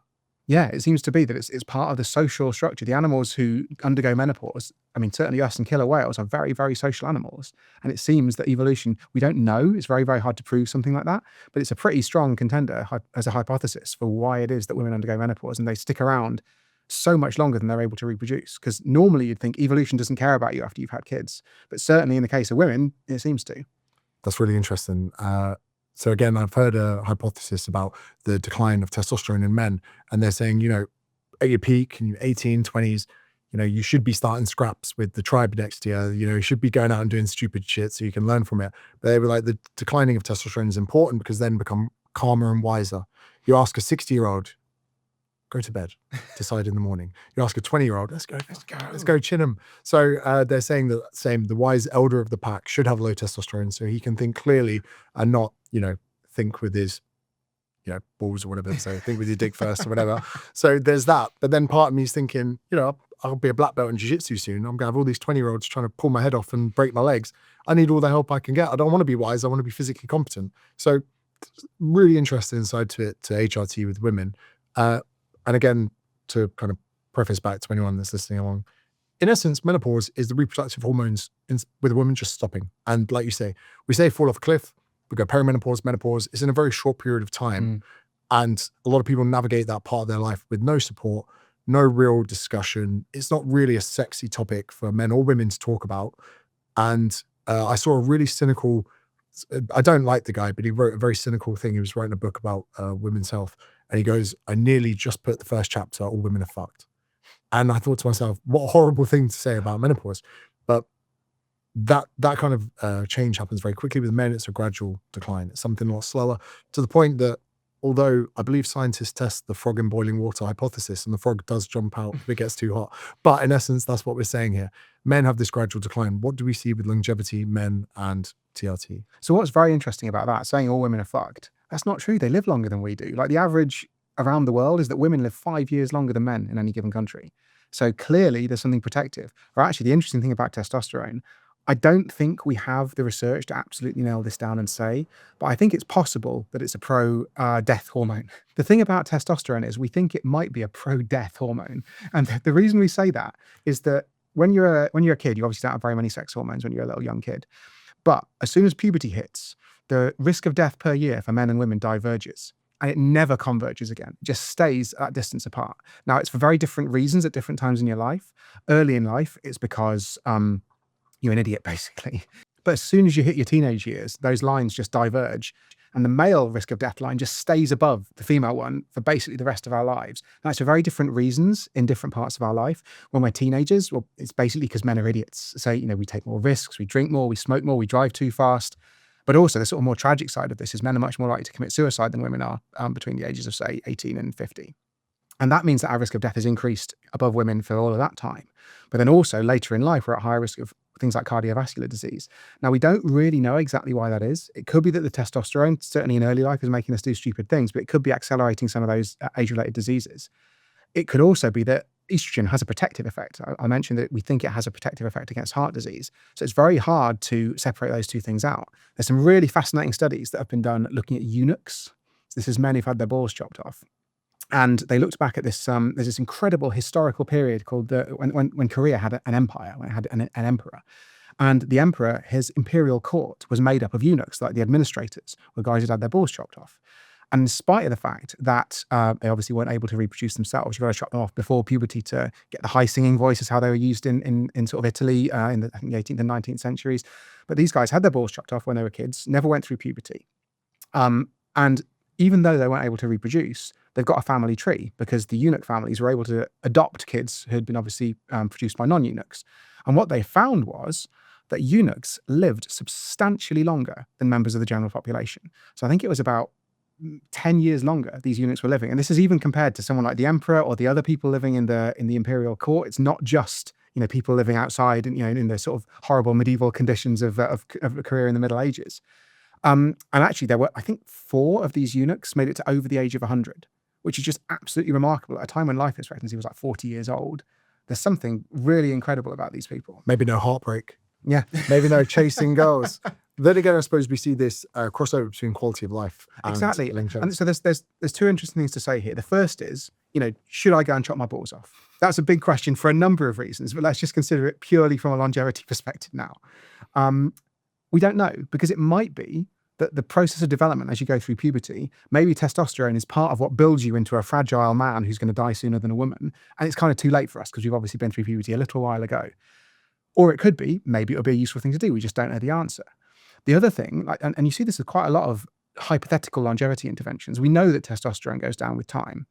Now, the question is that an accident? Is it just a side effect of something where evolution hasn't bothered to maintain our testosterone level because it doesn't care? We know that evolution doesn't really care about you after you've had kids because you passed your genes on. And so if there's a gene, imagine there's a gene for immortality, but you've already had your kids, and then you die because you get hit by a bus, or you die because you get an infectious disease, because obviously there was a lot more accidental death early on in human history.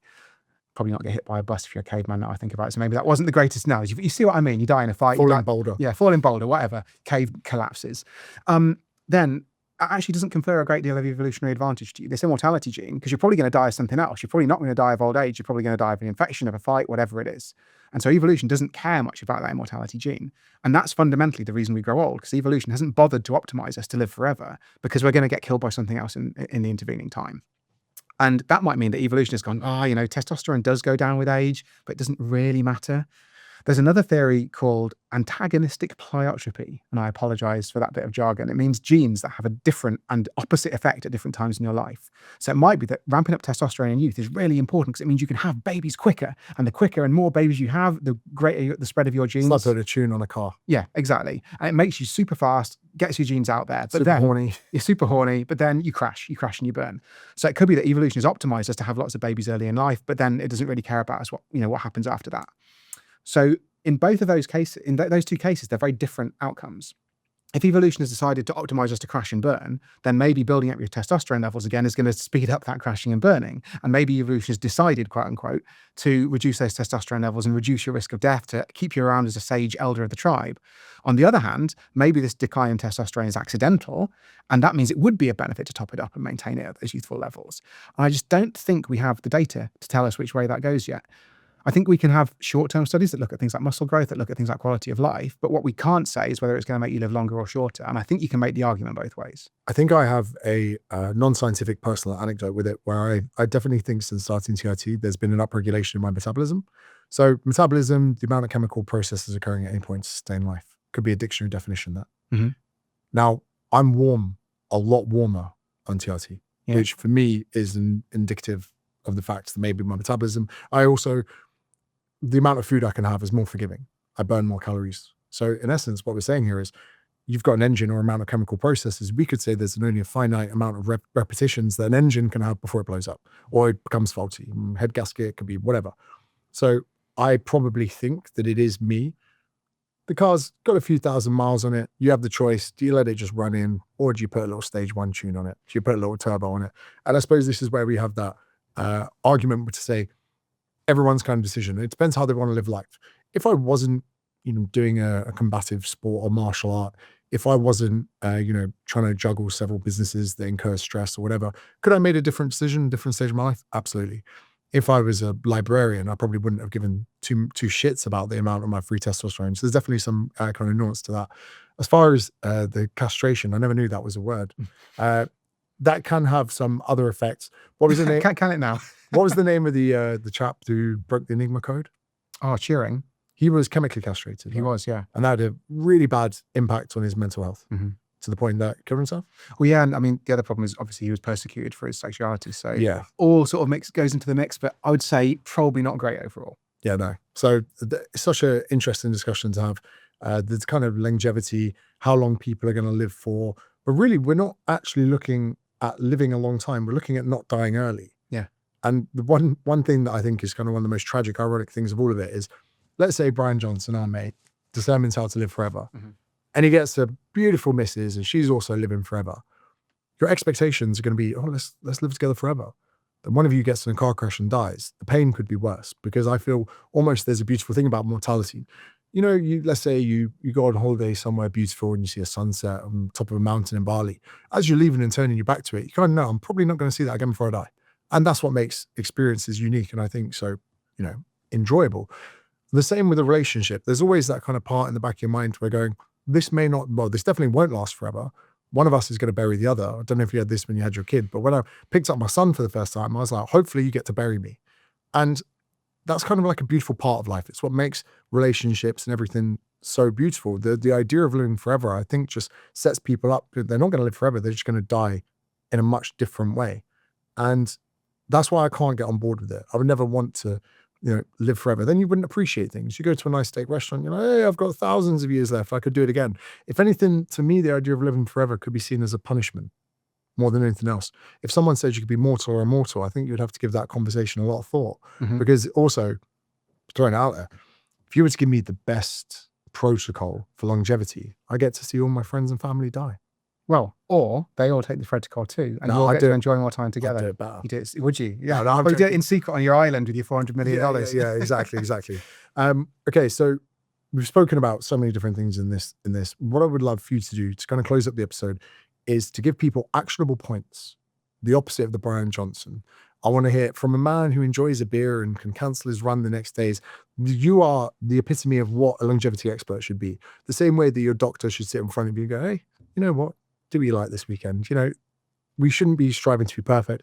We shouldn't be striving to live forever. But what are your kind of best actionable hacks you can give people if they would like to not die as early as they don't have to?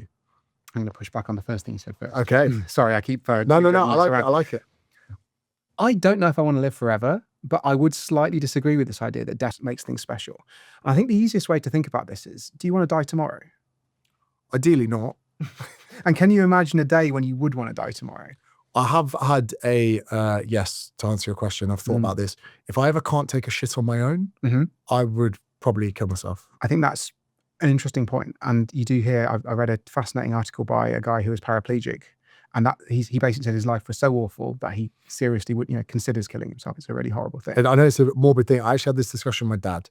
I said to my dad, if I ever had a gun, I'd keep it next to the toilet. And he goes, why? I'd say, the day I can't take a shit, I'd kill myself. And he goes, can you get me one too, son? And that was like a dark little bit of humor that we had. Yeah. So, but sorry, that was kind of like a bit of a facetious answer. But that is a good answer. Even then I could change my mind. I go, I don't need it. We'll hire someone, 400 million, get them to wipe the bum. Yeah. So anyway, Karen. So it's an interesting question. So I think that's fair. And I think if, you can imagine a point where your health is so bad that you're experiencing a lot of pain, there's something, there's a lot of things seriously wrong, you wouldn't want to keep living. But if you were as healthy as you are today, can you imagine wanting to die tomorrow? No. And I think that's the fundamental sort of contradiction. A lot of people want to talk about immortality. Immortality is not possible, at least with our current understanding. Unless you're going to upload your brain into a computer somehow, God knows if that's even a thing. You're going to get hit by a bus, you're going to get an infectious disease, it's going to be the next pandemic, God forbid, and something's going to kill you. But what I want to do is keep people as healthy as possible, as long as possible. And I think if I'm healthy, if my mates, my family are healthy, I can spend more time with my kid, watch her growing up, older and older. Maybe she's going to have kids, who knows? I want to spend as much time with those people. As long as I'm in good health and as long as I've got friends and family around me, I'm going to be happy. And this doesn't necessarily mean, people asking, how long do you want to live? Do you want to live to 120, 150, 200, forever? I don't know the answer to that question. Maybe I'll be bored shitless, aged 199. I've seen everything, I've done it all. But to be a little bit glib for a minute, I think there are 190 something countries in the world right now. So if I was to visit 2 a year, I wouldn't make it through all of them before I got to the end of my current lifespan. Even if I could live to 100, I wouldn't be able to make it through all the countries. And I gather there's more than one interesting thing per country that you might want to see. And in the future, we're going to have VR headsets. We're going to be able to go on holiday to the moons of Jupiter, like God knows. I'm not saying I want to live to a particular age. I'm just saying I don't want to die tomorrow, and I cannot imagine a time when that would change. And I think if you start thinking in that way, and start thinking about the importance of staying healthy and having a community around you, start sort of casting off the current understanding of what it means to grow old.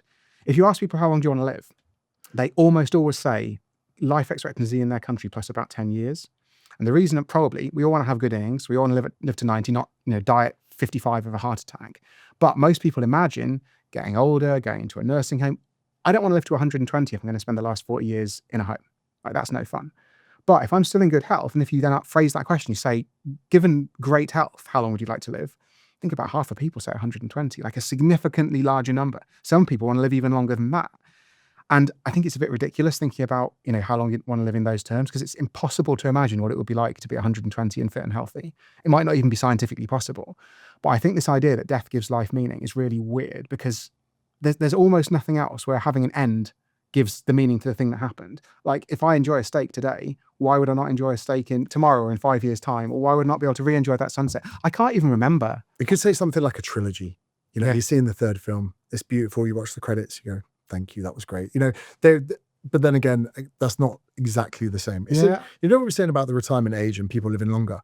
I saw something about an Australian guy who had he was terminally ill, having an issue. He threw a party. It's the last time he was going to see his friends. So the guy was having the best time. And I thought, I've joked before about faking my own death. So let's say the big C gets me and they go, Smiths, you got 3 weeks to live. I go, first of all, let's tell everyone I died.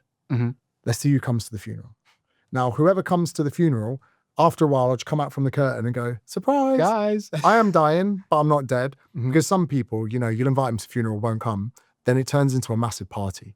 And then you just send off, you say to everyone, and you could drink as much as you want. I probably wouldn't want to wake up from the party. Just take the life before the hangover kicks in, you know? Have a big one. And it's almost weird as humanity that we don't get to that point in nursing homes. There are people that obviously fall off a cliff to that area of like competency. We have this obviously issue of like euthanasia and early death and shipping people to Switzerland, all of these things. But like you say, if you could live for a much longer, elongated period of health, you might get to 120 and go, do you know what, guys? I'm throwing a party in 6 months and I'm going to... That's it, and checking out. Farewell, because I live in a 4-bed home. The young people need it. You know, we've got and that's it. We've got so many different issues with people living older, empty nesters, people living in big houses, you know, whatever. We could get into a whole nother podcast on that. Yeah. That I've also romanticized the idea of maybe having a death party. But again, like you say, I'll get there, call the party off. I'll have another year. You know, let's go back to Bali or whatever it is. It's an infinitely complex topic, but you're completely right on your point, and your counterpoint to mine was that it's not actually about age, it's about how you're feeling. And ultimately, you're not actually trying to make people live longer with longevity. You're trying to make people feel great for as long as possible. And if they do feel great, and if that makes them live longer as a result, then that's fantastic. And I think all these other problems, you know, as you're talking about empty nesters and population, all these kinds of things, they're big ethical issues. But the single most important thing, if we were to develop medicines that could slow down or even reverse the aging process, we'd have so much less cancer, so much less dementia, so much less heart disease, so much less frailty, so much less incontinence, so much less sight loss, hearing loss. All of these things, they're the problems with being old. Being 104, that number in itself isn't intrinsically a problem. It's all the stuff that we know at the moment comes along with it. And if we can get rid of some of that stuff, not just for you, but for all your friends and family, I think I'd be happy to keep going. The impact of that as well, actually, even though this topic is very much, let's say 50 overs, it would actually reduce cancer in 40s, 30s, 20s. And also the pain that happens. So if someone does have a heart attack, someone does get cancer, someone does die, the impact that has to the children and the children's quality of life, you know, growing up with only one parent, and then the trickle down effect of all of that is actually substantial all the way to toddlers and everyone else living. So if you were to give, let's say, 5 low-hanging fruit, because I'm interested to see, or I've seen in your book what your top hitters are, but I think it's quite refreshing. When I saw those at the end, I was like, oh, thank God for that. If you were to say, oh, B12 vitamins, and you know, you're quite an anti-supplement person. So tell me the biggest low-hanging fruit, so people, when they finish this episode, they can go away and go, I'm going to do that. Yeah. Number 1, do not smoke. I know you've heard it before, but it's just so important. It can knock 10 years off your life. And by cutting down on cigarettes at any time in your life, you can increase how long you've got left. If you quit before the age of 30, it's almost as though you never smoked. You get most of that life expectancy back. And, you know, I think a lot of people talking, you know, what you were saying earlier about living fast, dying young. I remember chatting to someone who smoked and he said, I just want to go out, you know, I want to live fast. I want to enjoy myself. I want to enjoy my cigarettes. But the fact is, they experience, smokers, about the same period of ill health at the end of life as someone who doesn't smoke. And if you imagine you're experiencing 5, 10, 15 years of ill health at the end of life, as a proportion of your shorter life, it's even more. So cigarettes are really, really bad. Okay. Same amount of ill life, just earlier. And even if you quit in your 60s, I think you still add something like 3 years of life back on the end, statistically speaking. So whatever age you are, it's never too late to quit. And actually, this is a really important general theme of all these bits of advice. So talking about exercise, I saw a paper when I was writing my book. They gave 90-somethings a strength training program, and they were faster walking, they were stronger, they could lift heavier weights, they were healthier in loads of different ways. If someone in their 90s can do that, then so can you. Whoever it is I'm talking to. There's never a time when it's too late to start. So the second thing, I think, would probably be diet. trying to maintain a healthy weight, trying to eat a balanced, wide-ranging diet. I think one of the challenges with diet advice, there's obviously all these diet wars online, and there's the keto people and the vegan people and the every other stripe you care to name who'll jump down your throat in the comments section if you make a pronouncement. The problem is, I don't think we're going to know what the perfect diet is until we've cured aging medically. I think that's an easier problem, scientifically speaking, than understanding the perfect diet. And one reason, a way to think about this, there's a lot of really interesting aging research on what's called calorie restriction. So this is where you cut back the amount that an animal eats. And we find that the first experiments were done in the 1930s. They got a bunch of rats, they fed them about 40% less than they'd normally eat, and they lived about 40% longer. And they weren't stretching out the frailty at the end of life. These animals were fitter for longer. They did little tiny autopsies of the rats after they'd died, and they found the rats who were calorie restricted, their bodies basically looked the same as the rats who died 400 days, over a year earlier, which is a lot in rat lifespan terms. They look the same, so it implies that they've got a lower burden of age-related disease, they don't get more cancer, et cetera, et cetera. So these are animals that are staying healthier for longer by eating less. When you say about the calorie restriction, I feel like we're walking into the waters of autophagy. Yes. Are we talking calorie restriction below baseline or out of a surplus? I think the easiest win in humans is probably out of a surplus. I think we're pretty sure that being overweight is bad for your health. What we're less sure about is whether restricting down from that level in people is going to make a big difference. And whether or not, because when we say we've got a baseline of maintenance, we put someone in a 20% deficit, there's going to be metabolic adaptations that occur so that the body will become comfortable at that. Similar to if you were to get a little bit of a pay cut, you get used to it fairly quick. Now, being at that deficit, is it that the body's adapted to something new? Is it that the body's not getting what it wants? These mechanisms of action, why do you hypothesize less food? Would it be maybe metabolism? Like I said before, less food means less calories. Calories is a production of heat. Less heat means less metabolic repetitions, whatever. Am I on the right tracks? Maybe. And I think the fact is we don't know. There's definitely some evidence that it does, you mentioned autophagy, that it does upregulate autophagy.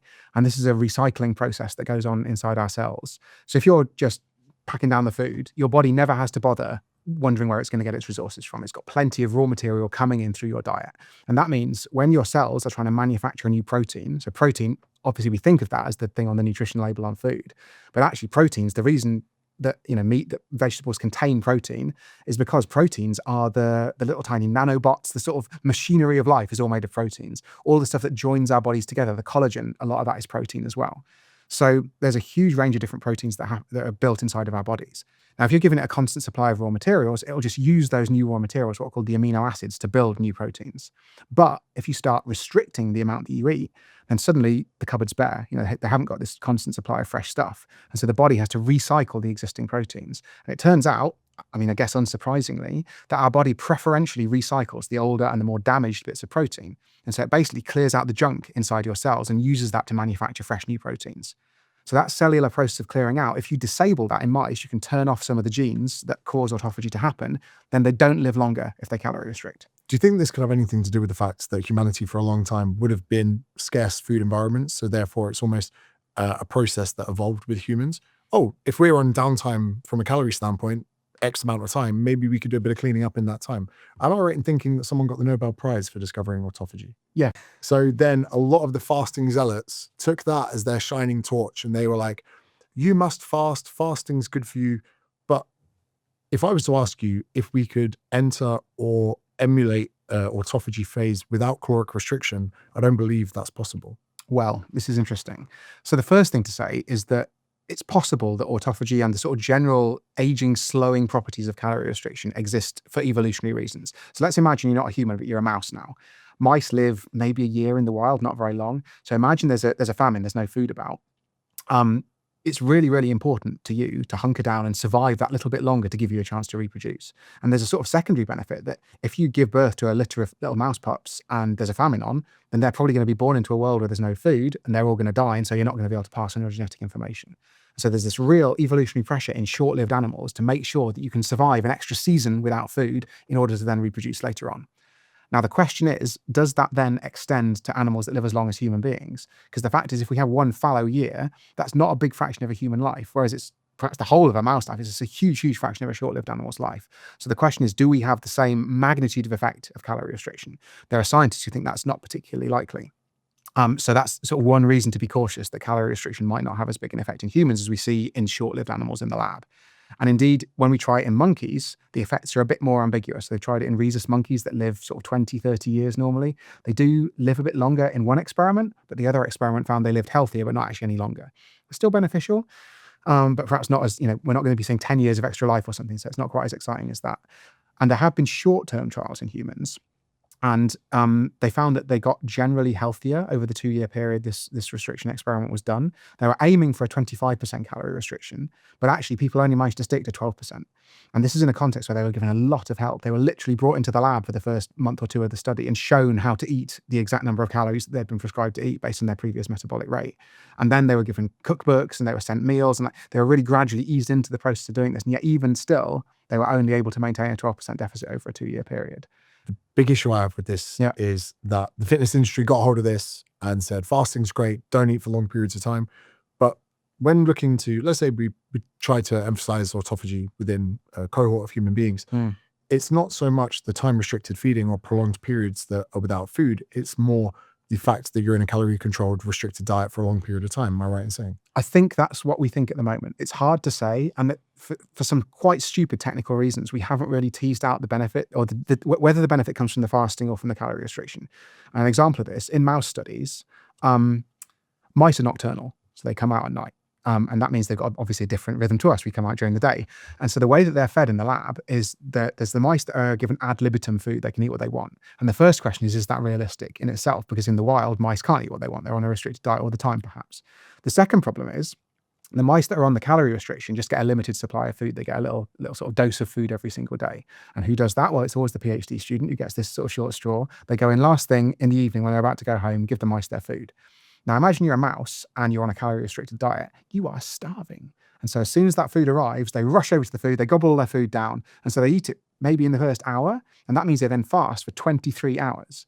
Now, that is a long time for a mouse. If mice live like 2 or 3 years, that's a significant fraction of their life. Mice have a much faster metabolic rate than we do.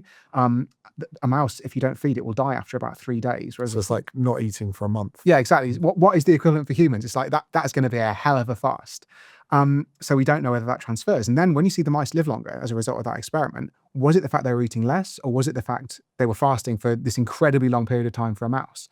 I think as we slowly do some of these experiments, and I remember chatting to a scientist when I was doing book research, and I was like, why don't you just use an automatic food dispenser to like give them food, every so often throughout the night, rather than just the PhD student going in and doing it?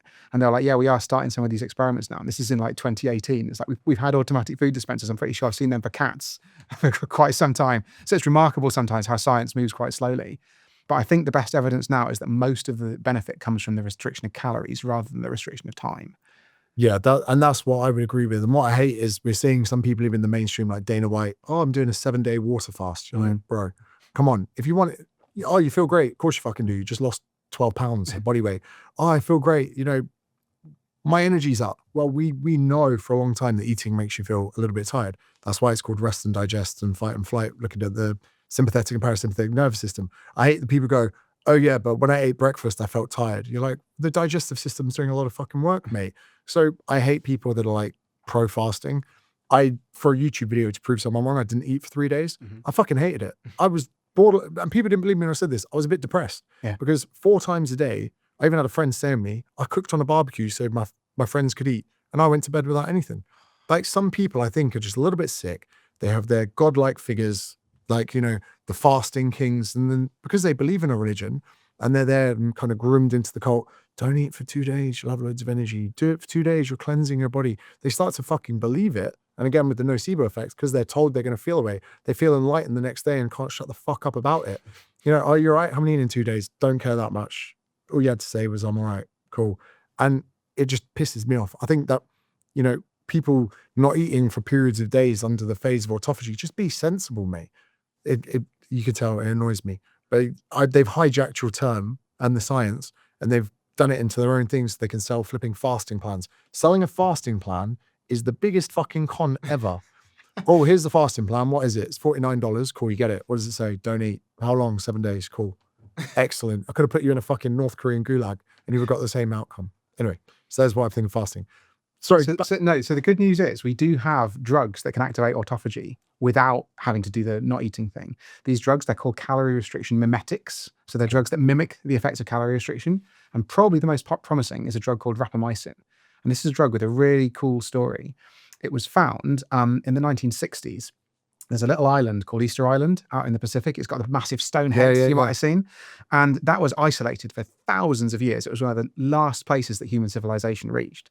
And in the 1960s, they were going to build an international airport. So it's owned by Chile. And they were going to build an international airport there. So some Canadians were like, oh, this is really fascinating. There's this isolated human population who've been out in the Pacific Ocean for thousands of years. Let's go and measure everything about them, everything about the island, find out what's going on before this international airport comes in and the whole place just gets trashed. So they sent down this Canadian naval vessel to do the exploration with a bunch of scientists on board. During this time, the people of Easter Island basically revolted against the Chilean government.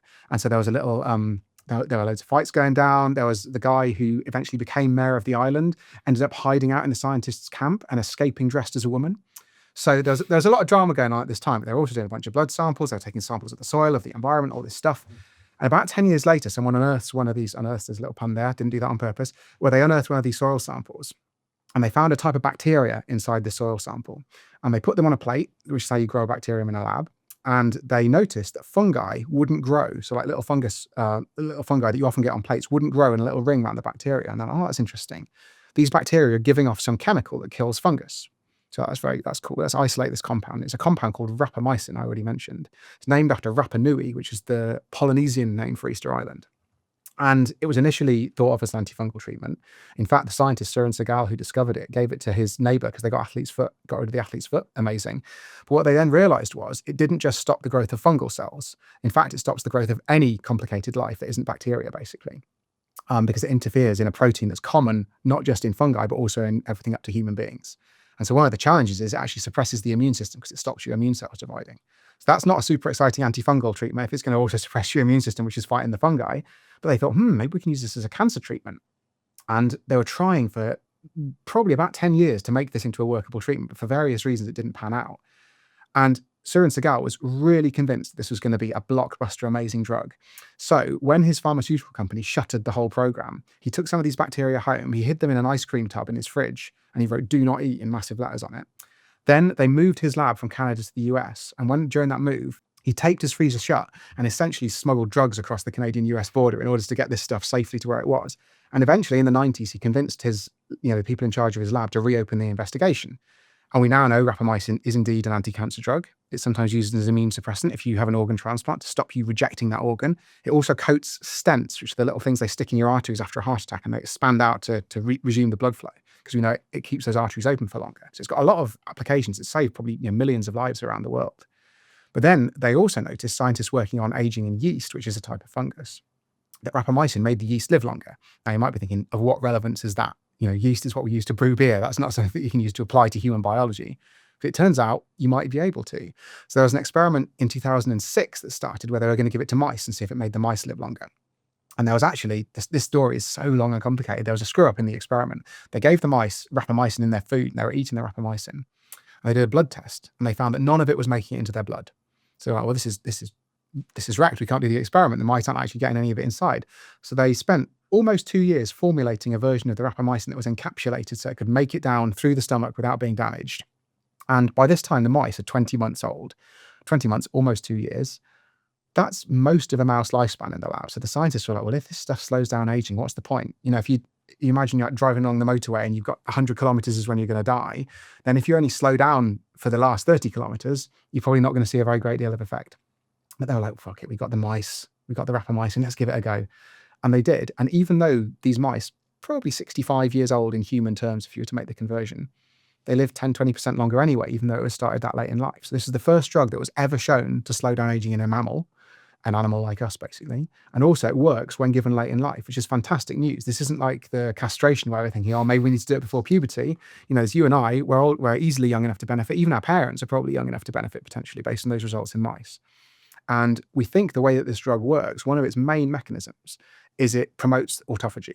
It fools your cells into thinking you're not eating enough, even though you might actually be doing so. And it causes them to undergo this cellular recycling process. And so we've since tried this drug in loads of different contexts. We've given it to loads of different animals. We've given it to mice early. We've given it to them late. We've given it to them for a short period early in life, and they still seem to live longer. There was recently a trial in marmosets, which are little primates, so they're a little bit like monkeys. They're much closer to us evolutionarily than mice. Rapamycin worked in them too. It's an incredibly promising compound, and it probably works through this mechanism of autophagy. And if I was to suggest, what are the top 5 drugs to try in humans, this would definitely be on the list. What would be the other 4? What would be oh no, now you're putting me on the spot. I think probably metformin still deserves a shake. Yep. There are other diabetes drugs. There's one called acarbose. There's a family called SGLT2 inhibitors. Sorry, these are all nerdy long medical words. There's one called canagliflozin, another called dapagliflozin. Again, have been shown to make mice live longer. Where are we on 3? I think your GLP-1 inhibitors, the semaglutides and stuff, there's enough convincing evidence there that we should probably give those a go. What am I going to stick in as number 5? Scientists fight over these things all the time. I'll leave it at 4. But we've got quite a list of things that have been shown to extend lifespan in mice, and they have plausible mechanisms like autophagy. And with rapamycin, a lot of people say, mice trials, they don't always translate into human beings. But the fact is, I actually think aging is something that's more universally conserved, is what we say in biology, across the animal kingdom than something like cancer. So when we try a cancer drug in a mouse, we often basically give the mice that cancer. We give them a particular gene that makes it much, much more likely they'll get cancer. If we do a dementia trial in mice, then mice don't get dementia. So we give them an extra copy of a gene that gives them dementia, and they get dementia in early middle age. Like they get dementia effectively our age in mice terms. And so it's then very little surprise that when we try and translate that to older people who've sort of got dementia naturally over the years, it doesn't translate. And yet rapamycin, it makes yeast live longer. That's a fungus. That differentiated from us in evolutionary terms, hundreds of millions of years ago. It works in nematode worms. It works in flies. It works in mice. These are across the tree of life. So it'd be really quite surprising if it didn't work in people. It might not. Science is hard. It's complicated. But I think we should definitely give it a go. So this has been such an insightful job. We agree on a lot more. I was like, there's surely some middle ground that we could disagree on. Whenever you're, as like a closing statement, let's say you're at a party and your partner introduces you to someone for a drink and you go, I work in longevity, and they go, give us a tip, mate. What would that one thing be that you would say to someone as a closing remark, as a statement to people? Of course, buy my book, but what would that kind of closing remark be? If you could, I know it's like unprofessional to say, to put it in a really short kind of sentence, what would that one thing that you say to people, would it be? Would it be, don't worry? Would it be, make sure you stay hydrated? Would it be, make sure you sleep 8 hours? What's that kind of one premise that you want someone to take away from the conversation? I want them to realize that we need to invest in longevity research. And that sounds like a really weird bit of health advice. And it's something that's hard to put into practice in your everyday. But I think we've got enough promising longevity drugs now, and not just drugs. We've got all kinds of different treatments that work in the lab. We just need to try them in people. The challenge is that this science gets almost no money. So in the US, there is actually a National Institute for Aging, but there's a bit of a problem with it, which is that there's a running joke in longevity science that actually stands for National Institute on Alzheimer's Disease, because most of the money goes into researching dementia. Super important. I think dementia is something we need to think about, but not the kind of aging biology that could prevent dementia, by the way, but could also prevent cancer, could also prevent all these other diseases at the same time. So if you drill down into it, cancer gets about $20 per American per year in public funding of research. Might be going down a little bit under the current administration. That's still not a lot of money, by the way. That's less than you spend on a steak in a restaurant or whatever. But aging gets just over $1 per person per year. Now, aging causes 85% of deaths in America. It causes over 90% of deaths here in the UK.